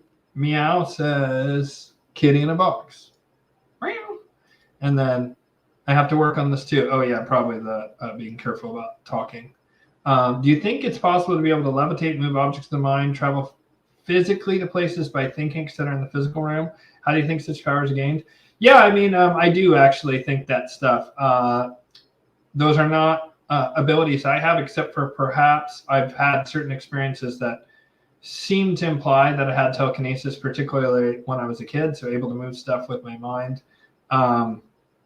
But I met a Buddhist monk who had studied in Nepal. He was an American black man who had studied in Nepal, and he was a very wonderful man, although he still hadn't, and I'm not trying to say I'm better than him in this regard. I'm a very sexual person. I still have a lot of stuff that I'm, I don't know, like that's probably my primary attachment to materiality is sexual in nature. And so he was a very sexual person. He kind of like would make some mistakes sometimes with like women in the Sangha or whatever, hitting on women in the Sangha in an incorrect way, that he claimed to be able to bilocate. And when he said it, it had the ring of truth. He couldn't, like when I met him, he was dying of cancer. And so,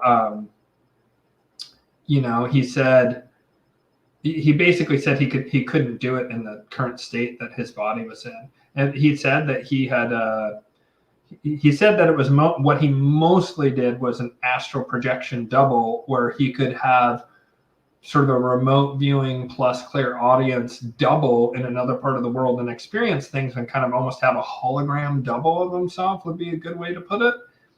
An astral double is what it is really. And but he said that he had also a couple of times done bilocation and teleportation, and it was based on things that he had been taught in, I want to say, Nepal.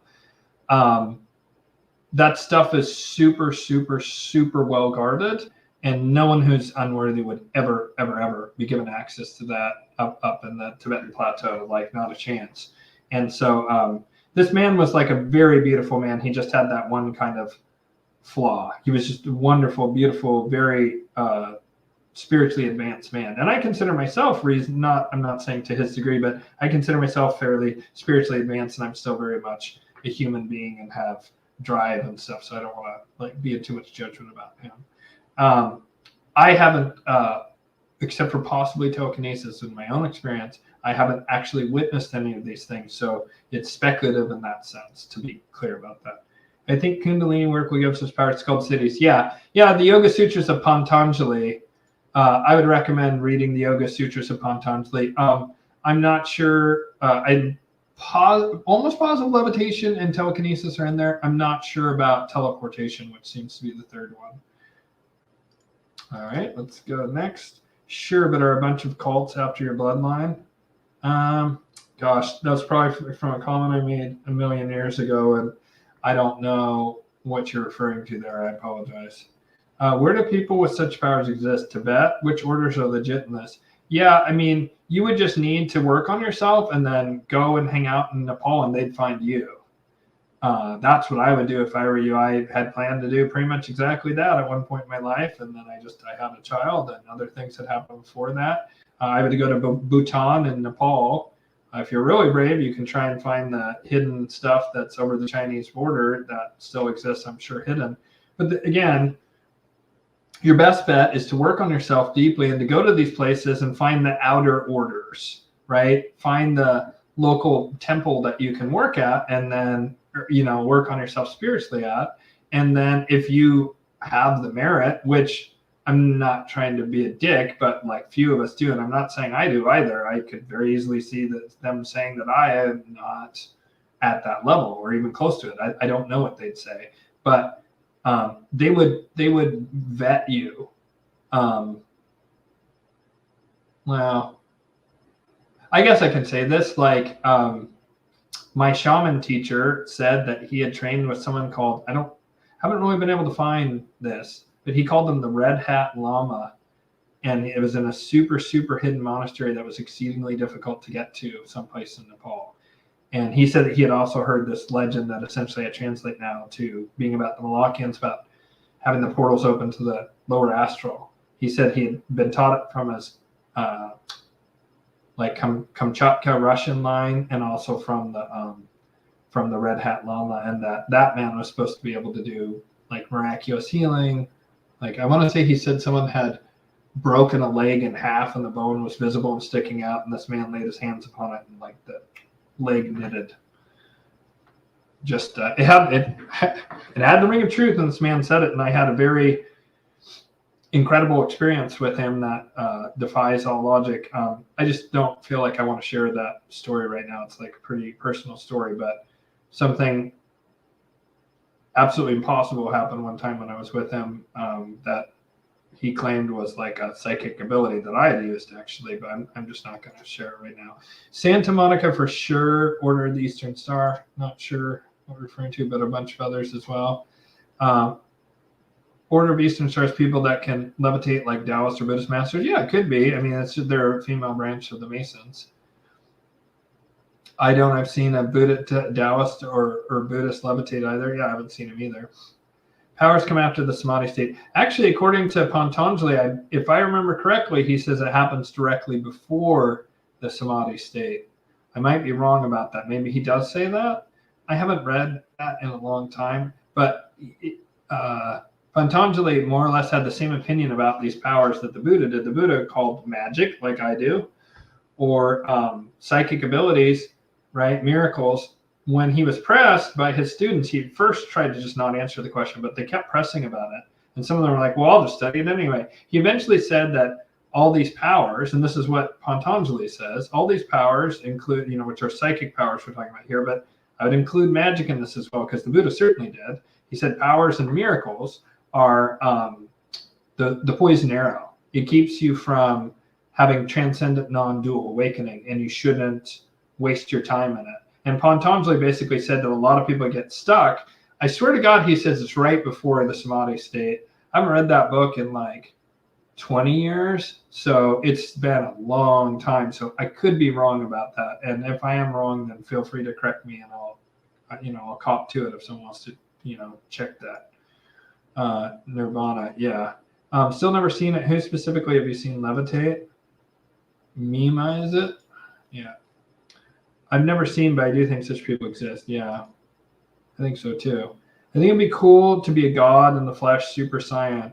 Yeah, I mean, that's kind of what these the seven sages kind of are. They're very close to that, but not. They wouldn't use it for destructive purposes, because when you're just at a very high level spiritually, you're not going to be destructive. You can't be. You can be super dark spiritually and kind of like collapse in yourself like a black hole and pop through. That is actually possible, but that's why you have like some of those dark tantric sects in India that try and kind of almost do like what the Sabbatian Frankists do, and they, you know, dig up graves and eat them as like the best of the things they do to the people they dig out of the graveyards.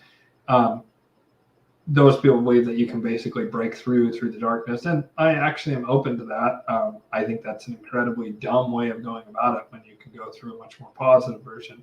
But so the people who are ultra spiritually powerful, like those 7 sages, they appear to be non-dual in nature, so maybe they do get it up to the samadhi state, like whoever it was said.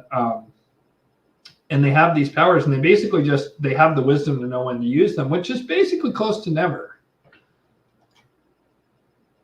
Yeah, horror movies, gross. If all chakras are activated, maybe the powers will come. Yeah, I want to real quick warn people against getting into Kundalini and trying to activate these powers. You can have serious problems activating your Kundalini. It can blow you out if you have like an energetic block, which is insanely common, and most people have them, and you arouse the Kundalini energy and it starts coming up through your chakras and through your spinal system, right? That's the staff of Mercury, the caduceus with the 2 snakes biting, you know, at the top of the staff, right? With the snakes with wings often.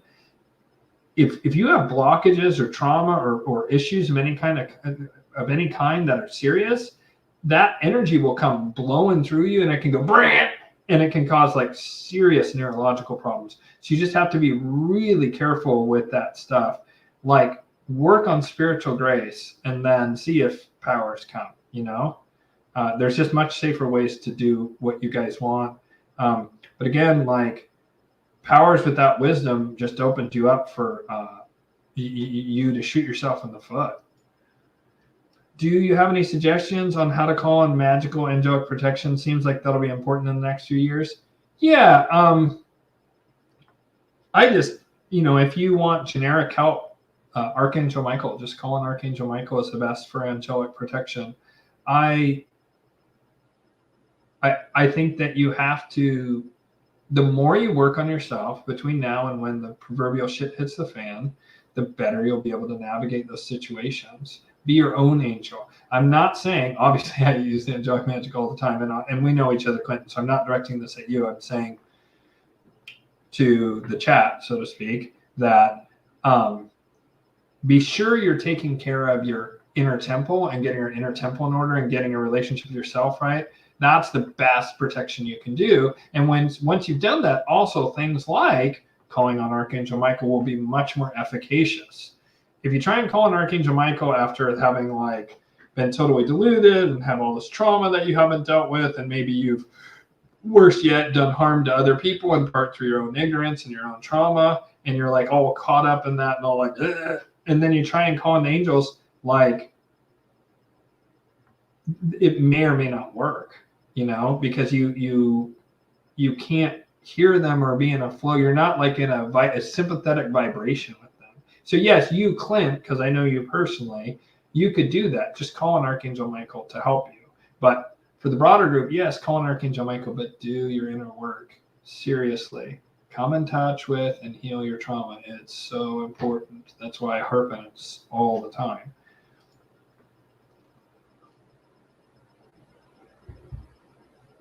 There'll certainly be more spiritually potent people, and there'll be the Luciferians. Their technology is godlike. I mean, compared to what we have right now, it's going to be like insane.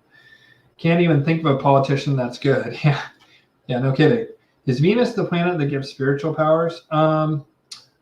Well, I'm not sure what you mean there. Do you mean like in an astrology chart? I would say it's more to do with the 8th Lord and the 8th house, and sometimes the 12th Lord and 12th house, and with some people the 9th house, but usually it's seen from the 8th house primarily, 12th house secondary, and maybe with some people tremendous merit with their 9th house placement. Maybe Ron Paul. Yeah, I liked Ron Paul. Okay, but he's definitely Luciferian though.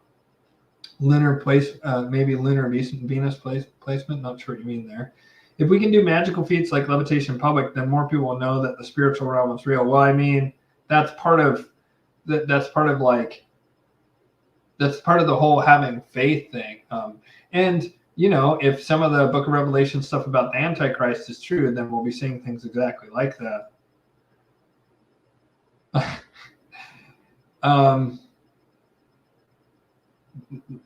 No, you would be more liberal in your use of powers by aligning yourself with that being. And I will tell you, you are dealing with one of the most intelligent, trickiest beings that you can interface with, and you should not trust that being, to put it mildly.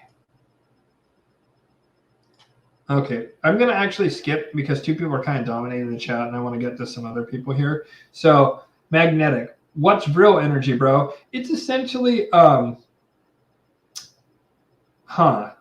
that's odd, the second thing that you say.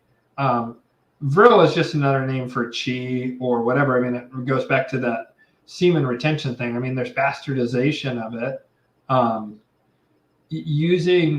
Using that kind of energy to interact with beings like I think maybe what your teacher is talking about here is the Vril Society, which was a secret society in Nazi Germany and before Nazi Germany, but it was during the era of time. And they did all kinds of like basically black tantra and got in contact with beings from other dimensions by doing that. But that doesn't mean that sexual energy is evil, right? It can be channeled into good things. Like you can do white tantra and help uplift the consciousness of humanity. So hopefully that answers that. Christian is avatar of Most High or an angel. Yeah, it's that's a good way of putting it. Definitely Christian was an avatar and a messenger of the Most High. Kind of, yes. In the same sense that Jesus was, yes. What does the angel say about psychedelics? You know, I haven't asked that. Someone asked me to ask that, and I kind of forgot. I have a lot in my mind, and that wasn't at the top of my list. Let's see. Hey, Ian, I'm looking for a daily routine of prayer or affirmations to protect me and my family from fuckery. Can you suggest anything that may be helpful? Keep the great content coming. Thank you so much, Tim. Yeah, I mean, the first thing you need to do is, I don't know what your background is, but if you have trauma, literally the single best thing that I could tell anyone to do who has trauma is to get in touch with that and heal that. And you're going to need a support structure in place. You may need other people to help you through it. You may need to get spiritual guidance or get a professional mental health professional to help you. But that's super important. If you've already taken care of that part of things, then the other parts of spirituality are more take care of themselves. And what I mean by that is that as you do this healing and as you integrate those parts of yourself and any perhaps dark parts of your personality that were a response to that trauma, then you will have greater access to, you'll be more in touch with your true nature, and that will make you more spiritually powerful. And then just simply doing, a prayer and, even doing the prayer that Jesus gave us, right? Like the Our Father, like that's actually like a really amazing and really powerful prayer. And it's the one that we have passed down, and it might be slightly altered, but the energy of it's pretty good. And then if you're wanting to, well, actually, I'm not even gonna bother with that. But Angelic Magick is sort of a different way of going about that. But I would just pray. I would just pray to the Most High and just be authentic and really earnest. And the angels look for people who have spiritual merit and earnestness, and that's people who've come face to face with their shortcomings and healed those and healed their trauma. And so if you can do that, it'll help you navigate those things, and it just makes you more spiritually potent and more in alignment with yourself and your own inner knowing, which is almost a superpower in and of itself. I always tell people, like, you watch this channel and you think what I say is great, that's fantastic. Don't put me on a pedestal and then think and then be like, oh, Ian will have the answers or whatever. You've got to learn to, or I can just trust everything Ian says without any hint of whatever. I get stuff wrong all the time. I got the galaxy thing wrong. I got how long it takes to go around. A complete revolution around the galaxy takes like 200 million years. I swear to God that it was the great year was that same amount, but the great year is, I knew it was also this, but I thought it was both. It's about the precession of the equinoxes and basically the wobble of the earth. And It may also have something to do with dipping above and below the galactic plane. But the point is that I make mistakes, and you have to rely on your own inner knowing. And we've all been taught not to do that. And it becomes fainter and fainter and harder to hear. So working on listening to your intuition and trusting your intuition is something else you can do that will just unlock a superpower. And of course, they say God favors the prepared. Take care of all the practical stuff to take care of your family, of course. That's a must. When is the veil dropping, by the way? I mean, I think that's in process. Will everyone be able to communicate with spirits after it? I don't really know. I've been told that kind of like as that process happens, which I don't think it's going to be like just all at once, suddenly people can see into the astral. It could be that's how it plays out. I think a big part of the dropping of the veil is what's happening right now, where the veil that was protecting the Malachians and making them look like they were fine and legitimate rulers, right? Like in particular, you see it with Hollywood, whereas like 15 years ago, pretty much most people liked Hollywood. Not everyone, but most people liked Hollywood. Some people saw through it much before that, certain Christian groups, so forth. But I, for one, I'll just speak for myself here, I guess. Like 15 or 20 years ago, I was like, oh, hey, Hollywood, blah, blah, whatever. And I like Brad Pitt and kind of like whatever, didn't really think about it much.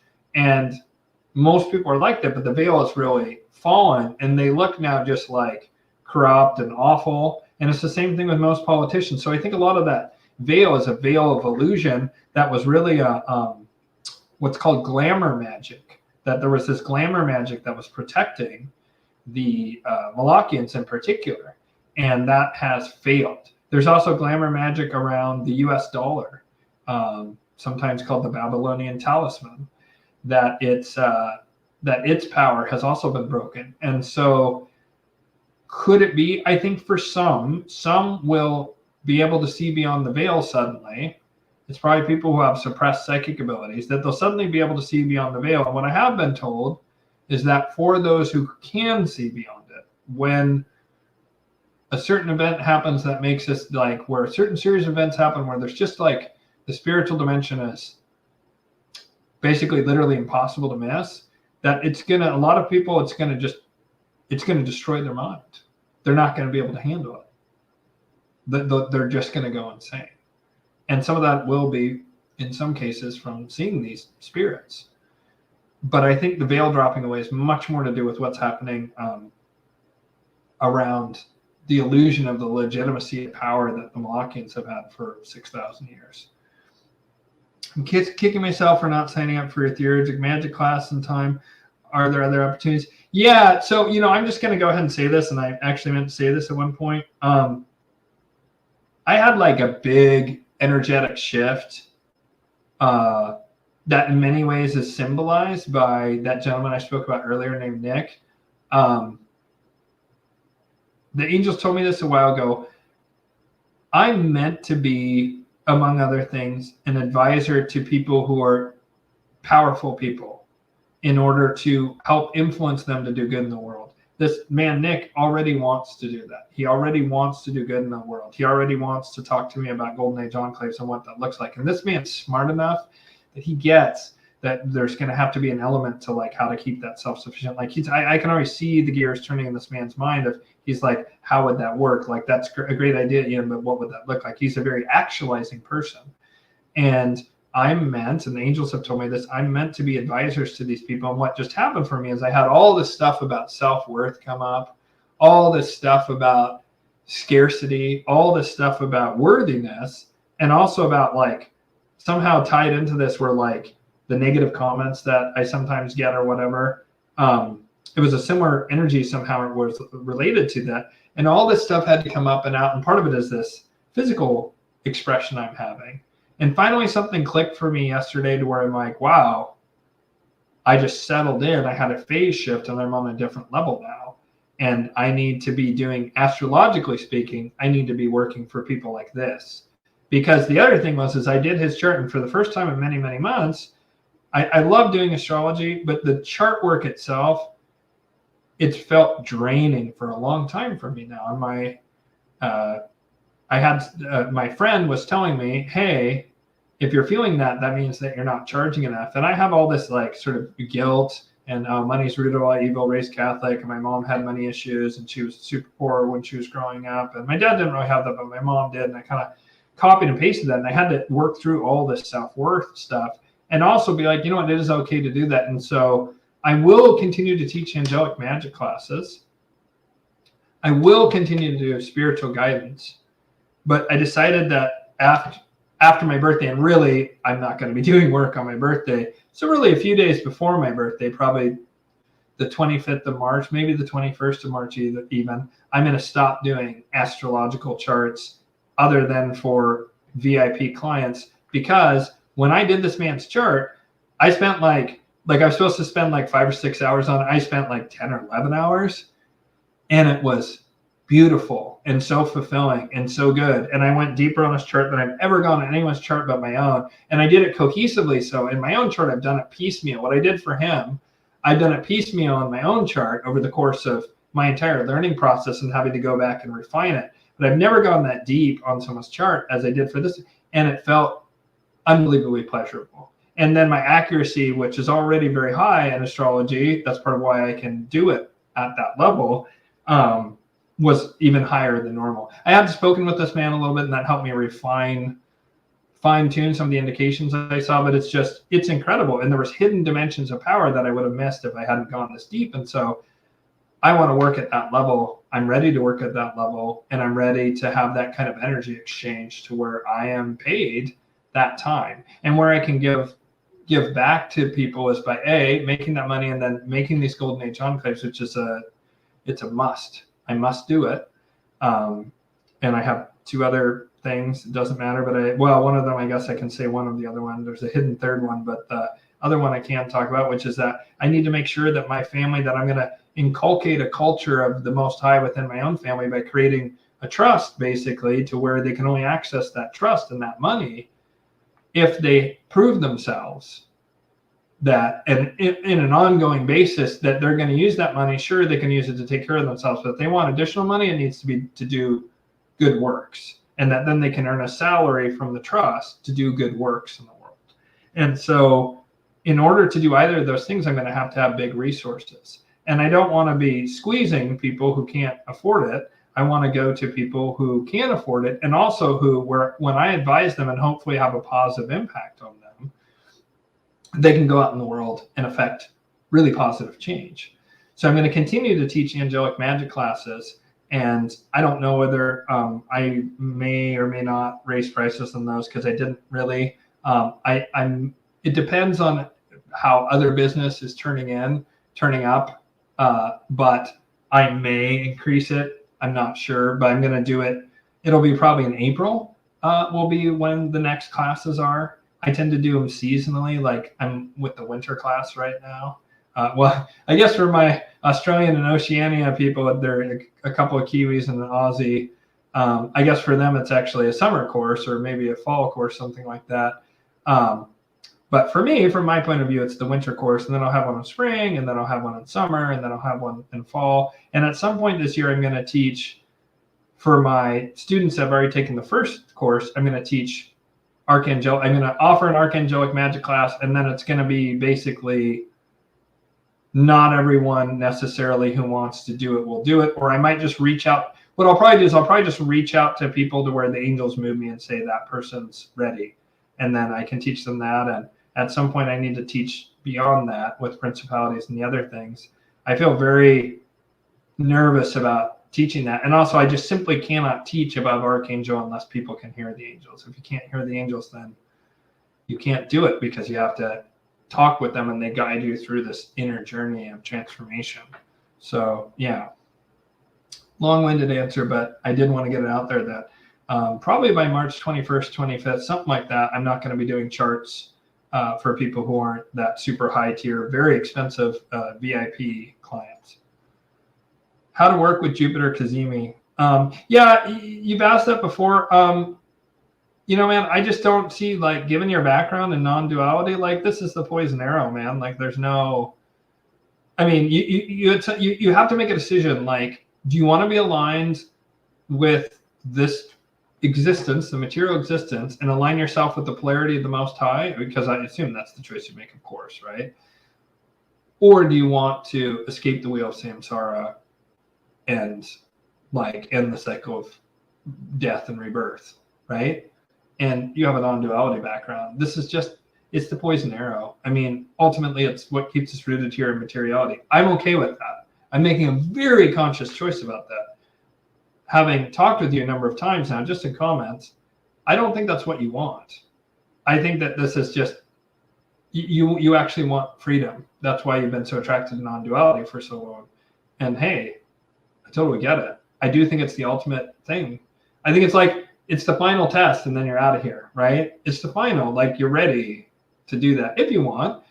If you're serious about that, then I mean, if you do want to follow more sort of like the path that I've gone on, we can have a conversation about that. But I think you need to make that decision within yourself. Like, are you going to be part of, are you going to transcend this world, or are you going to be of this world, or are you going to transcend this world? Yes, you can be like what I'm hope to do is be in the world, but not of the world, right? Like I want to bring through this most high spirit as a conduit for it. But what you want to do is you want to be out of this world, right? You want to break the wheel of samsara. And that's not really what Jupiter Kazemi is about. I think Kundalini is real. No, I think it's more chi, and it's more maintaining the sexual energy, the sexual creative energies. Yes, it's very related to Kundalini. It's not quite the same. It's the microcosmic orbit and the governing channel and the whatever channel. God, I always forget the other one. It's more like Tai Chi, Montauk Chia stuff, based on my understanding of Vril as it was in the, where that word kind of like came up in Germany in the 1800s and early 20th century. Hot ball, frog dogs, and rotworms. No idea what you're talking about, but okay. Hello, friends. Sorry I'm late. Hey, Jacob, how's it going? Magnetic? Is karma exchange during sex? Oh, well, yeah. I mean, you are creating a karmic bond with someone. You may be paying back a karmic bond. Like if you do a synastry chart and you see a south node conjunct someone's Mars, it means one of two things. It either means that the Mars person was either owes sexual pleasure to the south node person because they were lovers in a former life, or the Mars person owes the other person and must do things to help energize, strengthen, make more aggressive, kindle the warrior spirit in the other person because they killed the other person, usually in some kind of martial conflict in a previous life. And so sex and violence, karmically speaking, will often bring you back in connection with that person. I mean, almost everyone who's in your family, just this is creepy and gross, right? Like has been lovers or rivals who you've murdered or whatever. I mean, very often rivals that we've murdered, we come back, we reincarnate as siblings. It's super common. Like me and my brother were both, this is one of the past lives I know. It was one of the first ones that was ever revealed to me when I was very young and I didn't understand it at all. I just knew. I saw this movie about these two warring warlords in feudal Japan, and I realized watching it, it was just exactly played out exactly how conflict between me and my brother would, especially particularly in strategy games, because I was super into strategy games and role-playing strategy games during this period of time. And just the way these two generals interacted, and the one was very flamboyant and aggressive and did spectacular moves and was very unique and thinking in a very different outside the box way, and that was me. And the other person was like, I will make zero mistakes and I will never expose any weakness, and I will slowly but surely grind down the enemy by doing that. And that's exactly the way my brother is. He just doesn't make mistakes. In strategy games, he just basically doesn't make mistakes. The only way he ever makes mistakes is I would have to do something that was so dumb that I could lure him into like a trap. I always had to trap him by figuring out what was the correct thing to do. And so we're brothers now, and we were rivals. And in many lives, me and my brother have killed each other, unfortunately. Like, I just know that to be true. And we have really intense karma and really intense energy between the two of us. And it's very like that. And so, yeah, when you have sex with someone, you're creating a karmic link to them. So, which I look back on some of my sexual history and I'm like, ooh, pat my head. Yikes. Really? Ooh, I don't really want to repeat a connection with that person in a future life. You know, and in a future life, someone will just come up to me and punch me in the face for no reason. It'll be one of my exes that I had like a one night stand with or whatever, right? So yeah, karma's definitely exchanged during sex.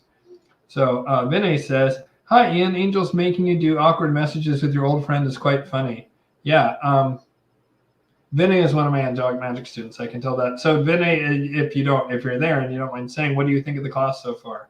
Have heard a first-hand account of a high-up Australian Aboriginal loreman disappearing and reappearing in front of Graham Hancock on Kangaroo Island, Oz. Common practice that is mostly lost. Yeah, I mean, I've heard other people have had accounts of being able to do this, like that one Buddhist monk I talked about. But I haven't witnessed it. I totally think it's possible.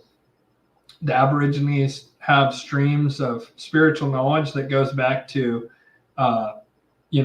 probably pre-Lemuria to Hyperborea or whatever the prior global civilization was before that. And it seems like high vibrational teachings. And I mean, like 50,000 years is a long time. And things, even if you're very careful, things will change over time. And having gone through, multiple civilization-ending cataclysms, like a lot of that information is probably warped or lost. But that seems totally plausible to me that certain different Aboriginal groups, meaning groups that have only recently been sort of dragged kicking and screaming, and often with horrible genocide in tow, right, into modernity, that those different Aboriginal groups, including the Australian Aboriginal groups, and of course Native Americans, Canadian natives in Brazil, and so forth, there's people that are incredibly advanced spiritually in those cultures and very advanced spiritual teachings passed through medicine man, shamanic, whatever you want to call it, spiritual tradition line. So yeah, I'm super open to the possibility. I'd love to witness that. That'd be amazing. No, that's a terrible misunderstanding of the Star of Rem fan and all that kind of stuff. It doesn't matter. Just the answer is no. I don't want to dive into that and like have to dispute a bunch of stuff that's just kind of like tied with anti-Jewish sentiment. Why is Vril energy associated with the Black Sun? It's because of that Vril society in Germany and their like occult practices, because again, they were into Black Tantra. So basically, because Vril just means energy in German or something like that, basically sexual. I mean, it's the German word for chi, essentially, right? But it's become to be associated with Nazism and Black Tantra because of the Vril Society, which is a specific group that espoused this in the late 1800s, possibly earlier than that, and the first half of the 20th century, in Nazi Germany. And supposedly some of the designs for some of these advanced German craft and so forth came through the Vril Society and their Black Tantra interactions with interdimensional and/or extraterrestrial beings. Which planet gives non-dual enlightenment? None of them. None of them does. You like it's you know this. It's just to wake. It's frustrating. Believe me, this is part of the reason I don't do it anymore. Is because I was like, any minute now I'm going to become enlightened. I got to try really hard, but no, it comes without effort. It's when the fruit is ripe, it falls out of the tree into the hand. Nisargadatta said that, or Ramana said it, and it's effortless. But wait, maybe I need to ripen myself. No, at any moment there could be spontaneous awakening. I just need to unclench the gut, like Adyashanti said. It's true. I've experienced enlightenment in the mind, enlightenment in the heart, but not in the gut. My gut wouldn't let go. What I discovered for me, was that my trauma was in the way. I could very possibly, I mean, I don't know, if I were to go hard in the non-dual sphere again, which again, I probably plan to do that when I'm old. I don't know. I just really like it here. I don't know that I'm going to try and do it. I don't know that I'm going to try and escape the wheel of samsara. I think I kind of am not into that this lifetime. I'm just not gonna. I don't know. Maybe I'll change my mind when I'm old. But you know all this stuff, man. Like if you know who Ramana Maharshi and Nisargadatta Maharaj is, I mean, clearly you get the mental conception of all this, right? So you've probably had Satori's, am I right? You've had those brief moments of awakening, and I get it. It's fucking infuriating, right? Because it's there, and you're like, this is it. This is it. I made it. Quick. Call up the printing company. Yeah, could you print a, hey, by the way, satsang, all you doubters and haters in the Sangha, I straight up got enlightened, bitches. And then you're saying that in the phone, they're like, straight up got enlightened, bitches. And how big you know what I just realized? Maybe since I called it the printing company to let everyone know how amazing I was. Fuck, maybe my ego's back. Never mind, cancel my order. Click, right? Like, I've been on that. It sucks. It sucks when you have that and it just doesn't quite go all the way to the gut. I would say, man, don't try and use the poison arrow. Just listen, listen to Adyashanti. Listen to the teachings of Brahmana. Listen to the teachings of Nisargadatta and just continue to ripen yourself. And when you're ready, you'll just awaken. And that does help humanity. I really believe that. I really believe that awakening does help humanity. I guess I'm not done here. I'm just not done here. I don't know. I want to have way more sex. I want to eat tasty food. I want to see a waterfall. I want to have more children. I want to see my son grow up and have children. I want to see my, grandkids start to grow up, and hopefully even grow to adulthood and maybe have kids of their own. I'm planning on living to 111 at least and having I've threatened my son for a while. I've been like, okay, when I turn 111, you got to throw a 111th birthday Bilbo style literally at that tree in the fake Hobbiton down there in New Zealand. You need to fly my obviously senile old ass down to New Zealand and have a 111th birthday party for me under that oak tree. And you need to wheel me in front of a microphone at some point so I can give Bilbo's speech. But of course, I'll just be like, hey, what's that? What? Oh, hi, everyone. You know what I mean? Like, I probably won't be able to be coherent at 111. And I've told him, look, just pretend with me.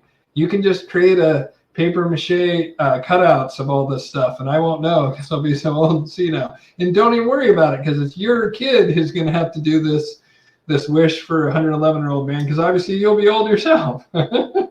So, yeah, man, just figure out what path you want because there's the non-dual path or there's like magic and using planetary energies and so forth. And I just think, yeah, there's white tantra and there's these kind of practices and there's certain spiritual things you can do. But go look into all those techniques like Montauk Chia and, look into all the Tibetan and other techniques, diamond spear technique and the different like mystical ways to like hasten the arrival of enlightenment and maybe go down that route. But that's not something I'm an expert in. So, yeah. I've had a really weird life, man. I think about this all the time. My life is fucking weird. And I actually have really, just real quick, I actually have really come to appreciate even like the horrible trauma that I suffered as a kid. I'm not like, yay, I suffered that horrible trauma. But like literally the Ferguson motto in Scotland is sweeter after adversity. And I always hated that. I was like, why wasn't the motto, life is a cakewalk and you just keep winning and winning. You just win so much you get sick of winning. Like, why didn't Trump write the Ferguson family motto? Like, whose idea was this whole suffer first and reward later crap? Like, screw that. I used to hate it when I was younger, but now I'm like, man, I had mega adversity and now I'm really having the fruits of it. And it is very sweet now, especially having overcome all that stuff for sure. So I'm pretty early in Angelic Magick classes, but enjoyed so far. That's true, Vinay. I do feel interesting and seemingly positive energies while practicing the ritual, so looking forward to getting to it more. Yeah, right on, man. Yeah, it is. It's just the first week. You'll see much more results at the second class. More about dominions look like, please. Scary looking or no? Impressive looking, I guess I can say that. But yeah, no, I can't. I just, sorry. It's for whatever reason they don't want me to share what they look like. I don't really understand it. The sacred names I understand more. The sacred names for some of the different choirs I understand more. I'm not sure why the appearance of this specific one matters so much.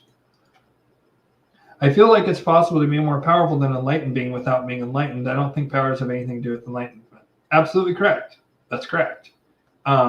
Other than it does seem that as you approach enlightenment, you reach a point to where, or directly after reaching escape velocity from your own ego, which you can actually turn around and go back down into it. It's fairly hard, but it is possible, and you do have to be on the lookout for it. It seems, if I remember that Pantangeli quote correctly, that you gain these powers right before enlightenment. It's kind of like almost a final test of like, are you truly ready to step out? And like Adyashanti relates a time when he was able to manipulate the fabric of reality, that he could basically see he could see what they see in the Matrix, where there's those green lines of code, that Neo sees that, and then everything changes when he can see it and it becomes godlike. Adyashanti said he saw something kind of like that, and that he could tweak little things, and he could totally he realized that he would be able to make people enlightened, for example, that he would be able to reach out and with this ability make people enlightened, and that was tempting to him. But he realized that if he was doing that, he was manipulating things, and he was then getting sort of lost back in things. And so just look up that story about Adyashanti talking about that experience, because I'm not explaining it super, super well. Adyashanti is awesome. I believe he's enlightened. It seems he is. I haven't come across anything negative or questionable about him. His personality just doesn't super jive with mine. Just like my personality just doesn't, I don't know, I just don't jive. I jive much more with David Waldman, who I also think is a living enlightened person. David G hasn't super talked about having ever been tempted with powers. I think it's something he probably doesn't want to talk about, because people then might pursue it for powers, and then you're setting yourself up to fail and perhaps something go horribly wrong as well. So we're just about done here, folks. Is there truth to eye color and psychic abilities? I would need more information than what you wrote. Do I think blue and green-eyed people or brown-eyed people, or what group are you talking about? I'm guessing green and blue-eyed, just because it's more rare. I have green eyes. My dad had blue eyes, and I get most of it from my dad. So Adyashanti is legit. I always felt that he's not for some reason. Yeah, I don't know. He seems like he is to me. I mean, I'm open to that. I could be wrong about that. I don't feel, I can't just full-throated endorsement the way I can David Waldman, because I sat with him for years and years. I observed him for years and years. I talked to him for years and years. I saw the way he came to my father's bedside when my father was dying and helped my father kind of flower spiritually. And I saw how he wasn't about the money, and he should be super big time famous now. And my channel has 5 times as many subscribers. I don't even think he has 1,000. That's insane. That's insane. He should have hundreds of thousands or millions of subscribers. And he doesn't. I mean, he's the real deal, David Waldman. I can't vouch on that level for Adyashanti, but he certainly seems legit to me. I mean, I was around Eckhart Tolle. I went and saw him one time, and Eckhart Tolle seemed to be enlightened. He might be trying to raise the consciousness of people by going on Oprah. Maybe he's trying to convert Oprah, because even Oprah could be saved, right? I don't know. I haven't heard of anything bad about Eckhart Tolle, other than he's been around people who are very questionable. But I don't think that means that he himself is necessarily bad. He might be being directed by sort of the non-dual consciousness to try and awaken people by going on Oprah, and maybe trying to awaken Oprah so she shifts and then she does some good in the world instead of the evil. I don't know. So I can't 100% vouch for Adyashanti nor Eckhart Tolle, although certainly Tolle's books back in the day seemed very high vibrational. They helped awaken me spiritually a ton. Adyashanti helped me deepen spiritually a ton, his books. I experience it, yeah, I think he's enlightened. You know, the only two people I feel like unequivocally certain about are Ramana Maharshi, just the writings, and then David Waldman, and just because I've been around them so much, and then just a hair below those two, as in, actually, I would say no. I can say with certainty Nisargadatta Maharaj, definitely also enlightened. I think Ramakrishna, Parahamsa Ramakrishna, definitely enlightened. I'm trying to think who else.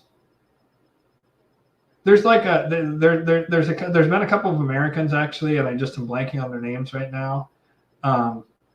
Dude had a very plain name. He was like older boomer or younger silent generation. I just can't think of what the guy's name is. There's a number of people. There's a big book about non-duality that has that's like super thick, that has a picture of a swan on the cover, and like a photograph of a swan, and it's a thick book, and it's just, I think it's even called Non-Duality, and it has a list of all these people who are seemingly enlightened, and I think most of that list in that book is legitimate.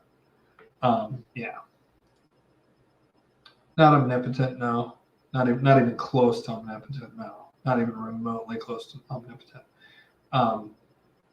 Very powerful though, able to do crazy shit, but omnipotent, like that would be, could obliterate the universe if they wanted to, and absolutely not. Lots of people with multiple colors in their eyes have psychic abilities. The Germans in World War II were testing on people who has these traits. Huh. That's interesting. You're talking about the thing like that David Bowie had, something chromia. I know what you're talking about though. I always used to find it super attractive in women when they had that, like two different colors in their eyes. I didn't see it very often. Every time I did, man, I wanted those women like super bad. Maybe I somehow knew they were psychic and wanted to have psychic kids with them. Most powerful is two eyes of different colors. Yeah, that's, wow, interesting. I haven't heard that before. It kind of rings vaguely true. Hey, and how are you? Do you think Hollywood would be completely destroyed after the Kalyugans?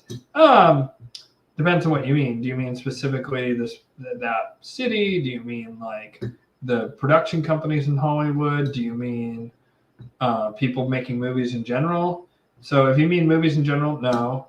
If you mean Hollywood, the city, like, will the Hollywood, the city be destroyed? I mean, it could be as a part of the course of the events, but I don't think so. Do I think that the Malachian production companies there that dominate Hollywood will be destroyed? Yeah, absolutely. Absolutely. They have to be. So, yeah, absolutely. Will Hollywood itself? No. Will filmmaking? I mean, well, Hollywood, the city, maybe. Will filmmaking go away? No. I mean, other than it'll be digital and holograms and whatever stuff as technology advances. But yeah. All right. So I got to go here very shortly.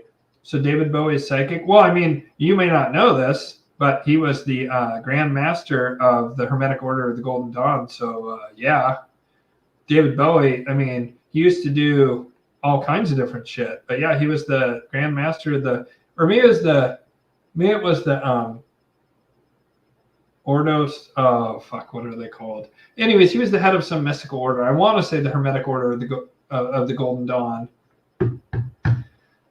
And then there's that thing that's like the Orient something, Orient, whatever the thing. It's like a French thing, and that it's one of those two, and I can't remember which.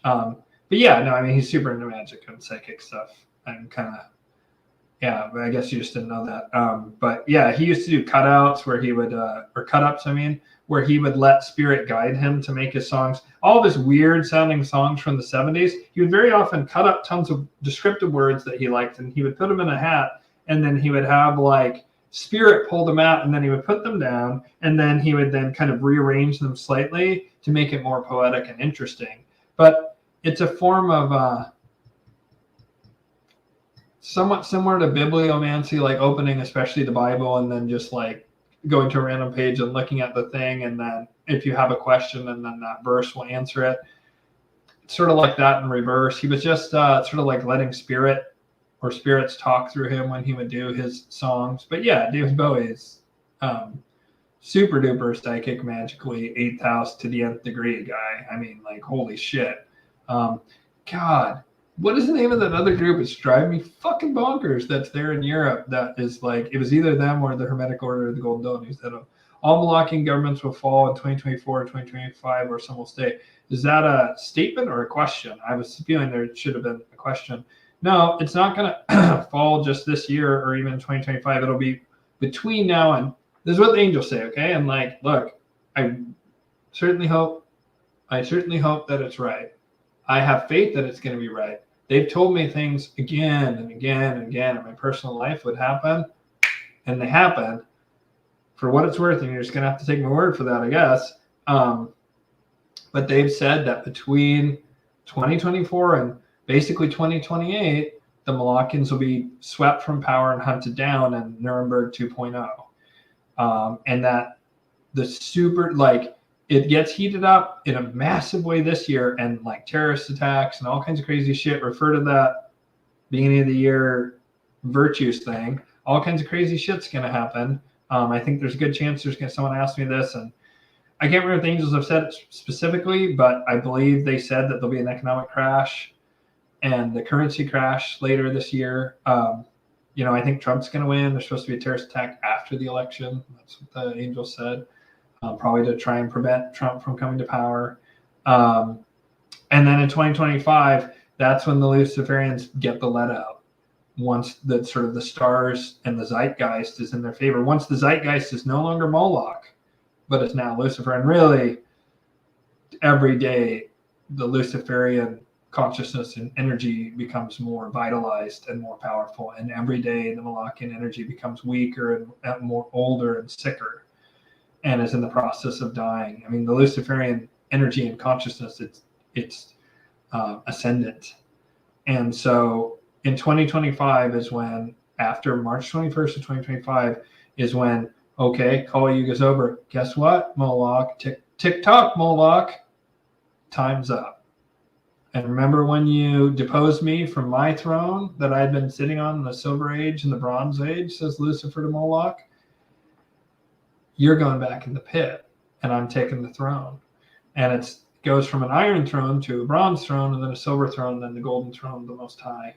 It's all metaphor and symbolically speaking. Okay, need to get going soon. Thanks, Ian. Question, I'm wondering about Iran. We will get rid of them or not. Any kind of super rigid structure that is very anti-human of any kind will go down. Honestly, I see the Iranians as more likely being part on the Luciferian side of things, if anything, if I had to make a guess. That isn't to say there's not Malachian energies there in Iran, especially in regards to suppressing women. It certainly is true. There's kind of a happy medium between trad wife and a woman utterly dominated by Islam. And there's also women who love being in Islam and love wearing the veil and all this stuff. I've met them. They do exist. So, I mean, it's all about, are people allowing others free will or not? So, almost done here. What if many Malachians are turning over to Most High or Luciferian side in order to escape losing? Yeah, no, that's absolutely happening. Very, very, very few are having that thing that I talked about in the virtues thing, where they wake up on the Malachian side and become Most High affiliated to teach us about forgiveness at the deepest level. Most are going to go to the Luciferian side. Many of them have already turned. I mean, it's rats leaving a sinking ship. Last question. Is Jesus and Lucifer the same? Absolutely not. No. And I see that put out there, and it's one of the many false, blasphemous, nonsense things that are out there. Absolutely not. No. I did a hypnotherapy session a year ago, and I predicted fire in October 2024 for what it's worth. Interesting. Wow, I was 100% sure they were Malachians. You messed up my thought. Thanks, great, love. Well, the old school Saudis were, right? Like Prince Walid, but Mohammed bin Salman seems to be Luciferian to my eye, and he grabbed up and took the power from the pedo Malachian elite there in the House of Saud. So, great live. You're welcome. I'm closer to the Golden Dawn immersed in Crowley's uniform of imagery. I'm living in a silent film portraying Himmler's sacred dream realm of dream reality. Is that a Bowie song? That wouldn't surprise me. It's a little too Englishy for a Bowie song. but maybe it is. I'm curious. Is that must be a Bowie lyric, eh? Thanks for rap. Just can you say if that's Bowie or not before you force me to look it up when I'm done with this live stream? Oh, come on, Banks to rap. I'll totally take your word on it here. You just lie to me. I promise I'll believe. I'm closer to the Golden Dawn immersion kind than I'm living on a silent film between. Yeah, exactly. Golden Dawn. All right. Ryan and NC says, much love from North Carolina, y'all. All right. We'll see y'all. Much love to all you guys. And Nick, if you got it this far, buddy, if you're watching, much love. And we'll be talking soon. And everyone else, have a beautiful night. And we will talk soon. I think next up will be an episode for you, Mr. Quantum, if you watch this. A non-dual episode. I'll talk about non-duality, which is literally a lifetime thing. You know, I'll talk about it in super nutshell form. I'll talk about my thoughts on what I call the non-dual faction, Agartha, and just what I know about them. They're easily the most mysterious, sometimes called the Great White Brotherhood, and they're neither white nor all men, so that's kind of funny. Mostly men, but I don't even know if one of them's white, as a matter of fact. So anyways, all right, much love, everyone. Take care and be well.